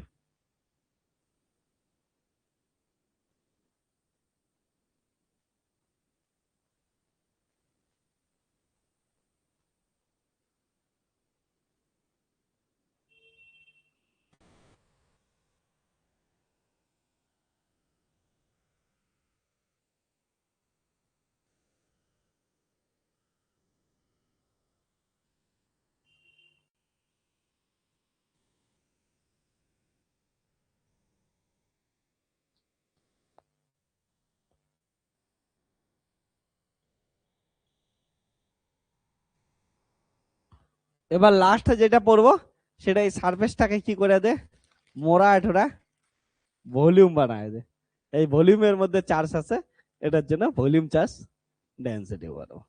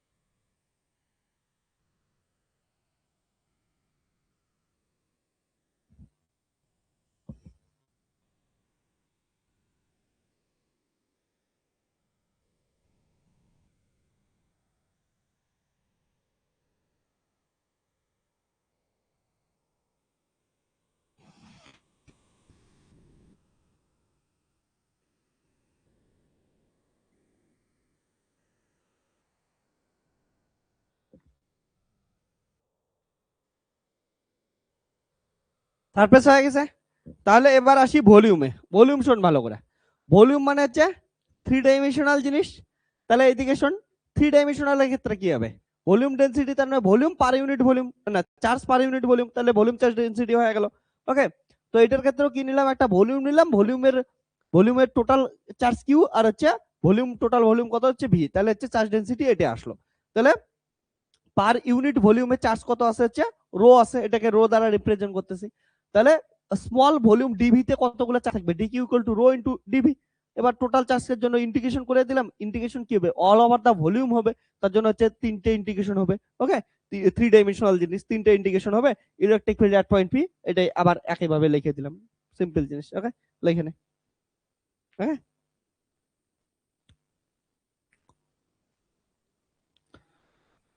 শোন তোদের একটা জিনিস করে অ্যাড করে নে তো। ওকে, এইটার ক্ষেত্রে ইউনিট কি হবে, ইউনিটটা লেগে নে তো, ইউনিট আর ডাইমেনশন অনেক সময় লাগে। সারফেসের ক্ষেত্রে ইউনিট কত হবে, ইউনিট যদি দেখিস চার্জ পার ইউনিট এরিয়া, তাহলে কত হবে, হচ্ছে চার্জ এসআই ইউনিট গুলো লিখতেছি, কুলম পার মিটার স্কোয়ার, হ্যাঁ না, এসআই লিখলাম, সিজিএস বুঝছি সেই কত হবে, তাহলে হচ্ছে ইএসইউ পার সেন্টিমিটার স্কোয়ার। ওকে, এসআইটাকে লিখলেই হবে। ডাইমেনশন কত হবে বলতো,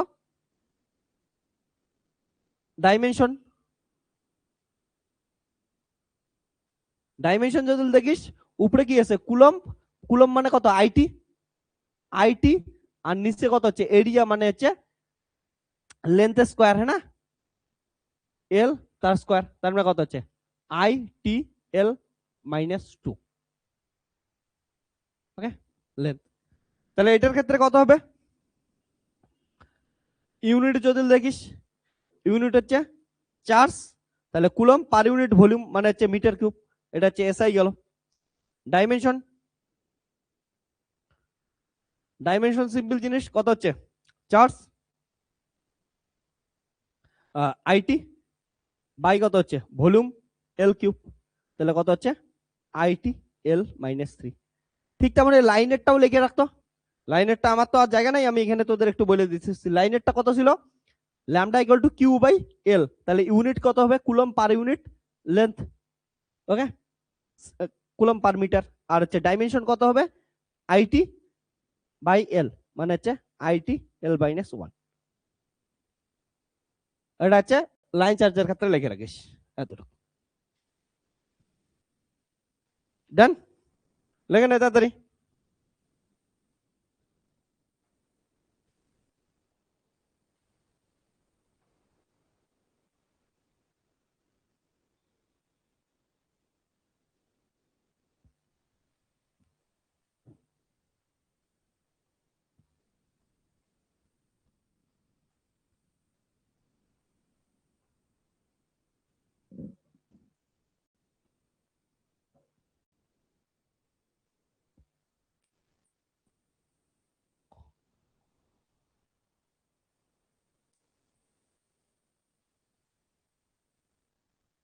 এখানে আর ভেক্টর মানে তো বুঝিসই তোরা, আর ভেক্টর মানে কত হচ্ছে ফিল্ড মাইনাস সোর্স।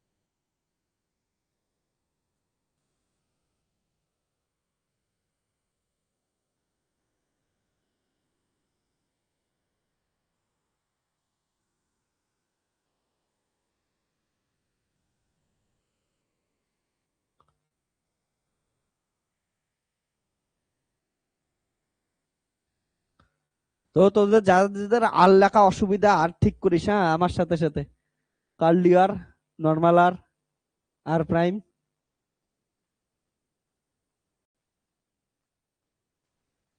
আমরা ফিজিক্সের যতক্ষণ পড়াশোনা করব ততক্ষণ কার্লি আর আমরা আলাদা ইম্পর্টেন্স দিয়ে চলবো।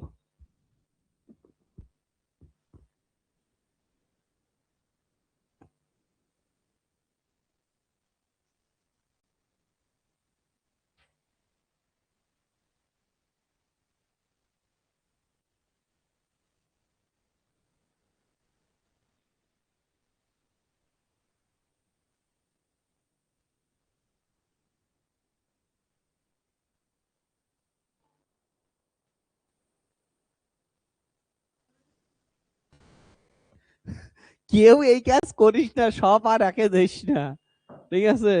তাহলে পরে আর খুঁজে পাবি না কোনটা কোথায় থেকে কোথায়, যখন প্রবলেম সলভ করবো না তোরা বুঝতেই পাবি না কোথায় থেকে কোথায় কি যাচ্ছে। শোন, এইগুলা একটাও তোদের এক্সামে আসবে না, হ্যাঁ?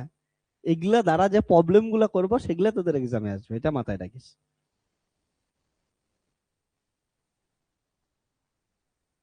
তুই যদি এগুলো সব একে দিস তাহলে এইটা আর এটার মধ্যে ডিফারেন্স কেমন করে বের করবে পরে? ওকে, তো এইটা জিনিস মেনটেন করে চলিস। আমি প্রত্যেকবার স্টুডেন্টের দেখছি লাস্টে গিয়ে না কোশ্চেন সলভ করতে পারে না, একটাই কারণে ওরা হচ্ছে ঠিক করে বুঝতেই পারে না ডিস্টেন্স কোনটা নেব। ইলেকট্রোস্ট্যাটিক্স এর এর পরের দিন যখন প্রবলেম করাবো না তোরা বুঝবি যে এত বড় প্রবলেম না, লাস্টে বুঝতেই পারি না, সোর্স ফিল্ড এ ও করতে করতে অবস্থা খারাপ হয়ে যায়। হ্যাঁ, বাট ভয় পাওয়ার কিচ্ছু দরকার নাই, আমি যেমন করে আর লেখাইছি সেই সিকোয়েন্সে তোরা আর গুলো লিখবি। এটা একবার বাড়িতে প্র্যাকটিস করবি, তারপরে ক্লিয়ার হয়ে যাবে, ঠিক আছে? সবসময় মাথায় রাখবি হচ্ছে এটা থেকে এটার আমাদের দরকার পড়বে, আর এটা আবার তৈরি হবে এই দুটো জিনিস দিয়ে। ওকে, এই জিনিসটা হচ্ছে খেয়াল রাখবি। ওকে,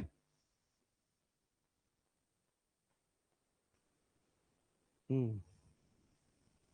না তুমি দেখতো এটা আর এটা তুই তো নর্মাল ছবিতে বুঝতেই পারছিস দুটো আলাদা জিনিস, কিন্তু দেখ তোর লেখাতে একই, পরে বুঝবি না কোনটা কার কি জিনিস, বুঝছিস?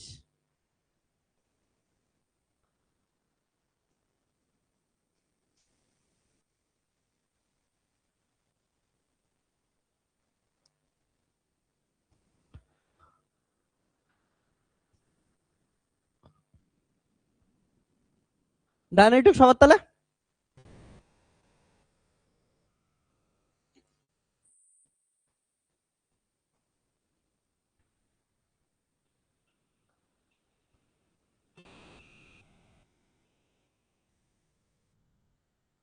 এটা হচ্ছে সবার কোনো প্রবলেম?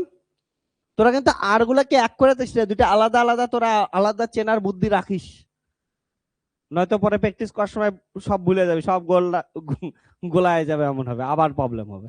ওকে, তো আমি এতদিনের এক্সপিরিয়েন্স থেকে ওই জন্য আলাদা করে আর লেখানো স্টার্ট করছি আমি। ওকে, তো এগুলো আলাদা করে লেখানোর জন্য কি ইম্পর্টেন্স সেটা তোরা প্রবলেম সলভ করার সময় বুঝতে পারবি। আরো আমি যে তোদের ফোর্সের ক্ষেত্রে একটা ইয়ে শেখাই দিলাম না, ডিরেকশনের রুলস, কি করবি হচ্ছে সোর্স থেকে ফিল্ডের দিকে নিয়ে যাবি। ওকে, ওটা জিনিস মাথায় রাখিস, তার জন্য কোঅর্ডিনেট হবে field coordinate minus source coordinate, ওটা খুব ইম্পর্টেন্ট জিনিস। যাই হোক, এখন অব্দি যা কিছু বললাম সেগুলাকে কি করতেছি একসঙ্গে একটা সামারি করে দিতেছি। হ্যাঁ, দেখ, এত কিছু মাথায় রাখতে লাগবে না, সবকিছুর জিস্টটা মাথায় রাখ। জিস্ট কি জিনিস?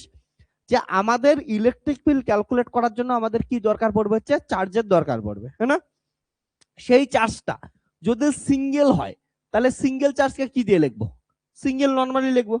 যদি চার্জটা কি হচ্ছে সিঙ্গেল না হয়ে collection of discrete point charge হয়, তাহলে সবগুলো চার্জকে কি করে দেবো আমরা? এমন করে সাম করে দেবো, তাই না? এবার যদি ডিসক্রিট না হয় কন্টিনিউয়াস হয়, কন্টিনিউয়াস হলে কি করে দেবো? ইন্টিগ্রেশন করে দেবো। যদি সেটা একটা লাইন বরাবর থাকে তাহলে কি করব? ল্যামডা ইন্টু ডিএল করব, ইন্টু আর এটা কি করে দেবো হচ্ছে লাইন ইন্টিগ্রাল করে দেবো, হ্যাঁ না? আর যদি সেটা কি হচ্ছে চার্জটা কি থাকে হচ্ছে কোনো একটা লাইন বরাবর না থাকে, কন্টিনিউয়াস চার্জ একটা সারফেসের ভিতরে থাকে, তখন এটা কি করে দেবো আমরা বল? সেটা হচ্ছে সিগমা ইন্টু ডিএ করে দেবো, আর এটা হচ্ছে সারফেস ইন্টিগ্রাল করে দেবো, ডবল ইন্টিগ্রেশন। আর যদি সারফেসে না থাকে, পুরো একটা ভলিউম বরাবর থাকে, তাহলে কি করে দেবো? ভলিউম ইন্টিগ্রেশন করে দেবো, তাহলে volume charge density rho into কি করে দেবো? ডিভি। এই জিনিসটা মাথায় রাখবি, তাহলে বাকি সবকিছু হয়ে যাবে, আর কোনো টেনশনই নেই। এত কিছু পড়ার সামারি এটাই ছিল। ওকে, তাহলে চার্জ ডিস্ট্রিবিউশন যখন সিঙ্গেল দেখবি একটা আছে কিউ দিয়ে চালায় দিবি, যখন দেখবি হচ্ছে ডিসক্রিট আছে তখন কি করে দিবি? সামেশন অফ কিউ আই করে দিবি। যখন দেখবি কন্টিনিউয়াস আছে লাইন বরাবর, ল্যামডা ডিএল করে দিবি, লাইন ইন্টিগ্রাল করে দিবি। যখন দেখবি কন্টিনিউয়াস আছে সারফেস বরাবর, তাহলে সিগমা ইন্টু ডিএ করে দিবি, সারফেস ইন্টিগ্রেশন করে দিবি। তারপরে যখন দেখবি একটা ভলিউম বরাবর কন্টিনিউয়াস চার্জ ডিস্ট্রিবিউশন আছে, রো ইন্টু ডিবি করে দিবি, এবং ভলিউম ইন্টিগ্রাল করে দিবি। এখন বুঝতেই পারছিস যে সব থেকে ইম্পর্টেন্ট যেটা জিনিসের দরকার পড়বে সেটা তোদের কাছে কি থাকতেছে, এইটুক মাথায় ভালো করে খেয়াল রাখবি, যে ভেক্টরের ইন্টিগ্রাল। ওকে, ভেক্টরের ইন্টিগ্রেশন। তো নেক্সট দিন সবাই পড়াশোনা করে আসবি, নয়তো কিন্তু প্রবলেম সলভ করতে পারবি না, ঠিক আছে? ওকে, আর তোদের আমি পরবর্তী তোদের জীবন ইজি করার জন্য, হ্যাঁ, যাতে ইজিলি জীবনটা চলে যায় তোদের, আমি কয়টা ইন্টিগ্রেশন বলে দিচ্ছি। তাহলে ইন্টিগ্রেশন অবভিয়াসলি এইলে বাড়িতে গিয়ে ভেরিফাই করবি, বাট ইন্টিগ্রেশনের অ্যান্সার দিয়ে দিচ্ছি। এই অ্যান্সার গুলা মনে থাকলে তোরা ইলেকট্রোস্ট্যাটিক্সের যে খাতা আছে ইলেকট্রিসিটি ম্যাগনেটিজম সবার প্রথম পেজে লিখে রাখ। হ্যাঁ, কারণটা এটা দেখে দেখে ইন্টিগ্রেশন করব। ইন্টিগ্রেশন বারবার আমি তোদের এখানে ধরে ধরে করাবো না, কারণটা ইন্টিগ্রেশন করালে অনেক টাইম যাবে, লেন্দি কোশ্চেন হবে। তো কি করবি, ডাইরেক্ট এগুলা অ্যান্সার আমরা ইউজ করে দেবো। হ্যাঁ, তো এটা ইম্পর্টেন্ট জিনিস, এর পরের দিন প্রবলেম সলভ করার সময় বারবার কাজে লাগবে। তাহলে বলে দেই, যদি কি করিস হচ্ছে ইন্টিগ্রেশন 0 থেকে 2 pi sign theta D theta, বা হচ্ছে 0 থেকে 2 pi cos theta D theta, এটার ইন্টিগ্রেশন করিস 0 আসবে। ওকে, যদি 0 থেকে পাই সাইন থিটা ডি থিটার ইন্টিগ্রেশন করিস 2 আসবে। ওকে, আর যদি 0 থেকে পাই কস থিটা ডি থিটার ইন্টিগ্রেশন করিস 0 আসবে। ওকে, তারপরে হচ্ছে 0 থেকে pi by 2 sin theta D theta, বা হচ্ছে 0 থেকে pi by 2 cos theta D theta, এগুলা বাড়িতে একবার ভেরিফাই করে দেখবি 1 আসবে। তোদের ইলেকট্রোস্ট্যাটিক্স ম্যাগনেটোস্ট্যাটিক্স এর প্রবলেম সলভ করার সময় এই ইন্টিগ্রেশন গুলো বারবার ইউজ করা হবে, তার জন্য আমি লিখে রাখতেছি। ওকে, তারপরে হচ্ছে 0 থেকে 2 পাই ওকে সাইন 2 থিটা ডি থিটা, এটা কত আসবে, 0 আসবে। ওকে, ইভেন 0 থেকে pi sine 2 theta D theta, এটা কত আসবে, 0ই আসবে।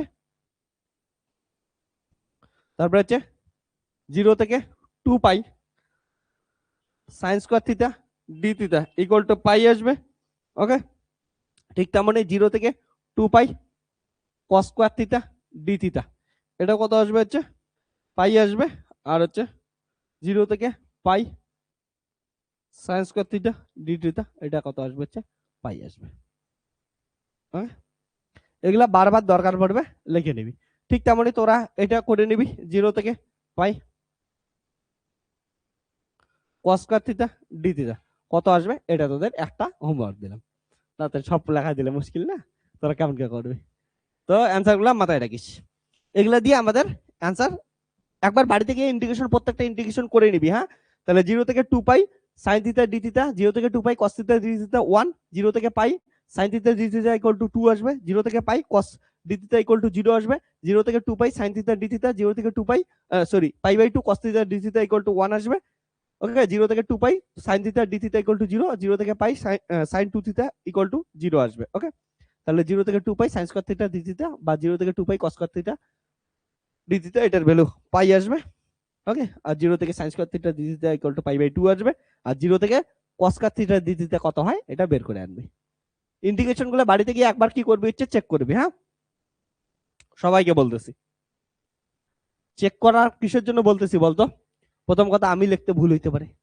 দ্বিতীয় কথা, তোদের একবার প্র্যাকটিস হয়ে যাবে বলে, যদি রেগুলার ভ্যালু ভুলে যাস বেশিরভাগ চান্স এক্সামে ভুলে যাবে। হ্যাঁ না, তো তোদের কি করতে লাগবে হচ্ছে তখন তো করে করে বের করতে লাগবে না, তো একবার খাতায় যদি করা থাকে তাহলে মনে থাকবে। ক্লিয়ার? কিন্তু জ্যামের ব্যাচের জন্য একটা জিনিস মাথায় রাখবি, যে বেশি ইন্টিগ্রেশন করতে টাইম নিবি তো হচ্ছে অন্য কোশ্চেন সলভ করার জন্য কম টাইম পাবি। তো ইন্টিগ্রেশন গুলো প্র্যাকটিস করতে করতে মনে রাখলে ইজি হয়ে যাবে। মনে রাখার দায়িত্ব তোদের। হ্যাঁ, চল তাহলে আজকে এতটুকুই, tata bye bye, take care, সবাই ভালো থাকিস, কেউ স্মাইল দেশ, এবং আজকে যা কিছু বললাম এরপরের দিন এগুলা রিলেটেড সব প্রবলেম সলভ করবো। ঠিক আছে, মজাদার আসবে এখান থেকে ইলেকট্রোস্ট্যাটিক্স শুরু। তো আজকের লেকচার সব থেকে ইম্পর্টেন্ট ছিল, আজকের লেকচার সব থেকে ইম্পর্টেন্ট ছিল। এটা বারবার রিভিশন কর, ভেক্টরের ইন্টিগ্রাল করে আয়, আমরা কি করব কালকে থেকে প্রবলেম সলভ করবো। Tata bye bye, take care.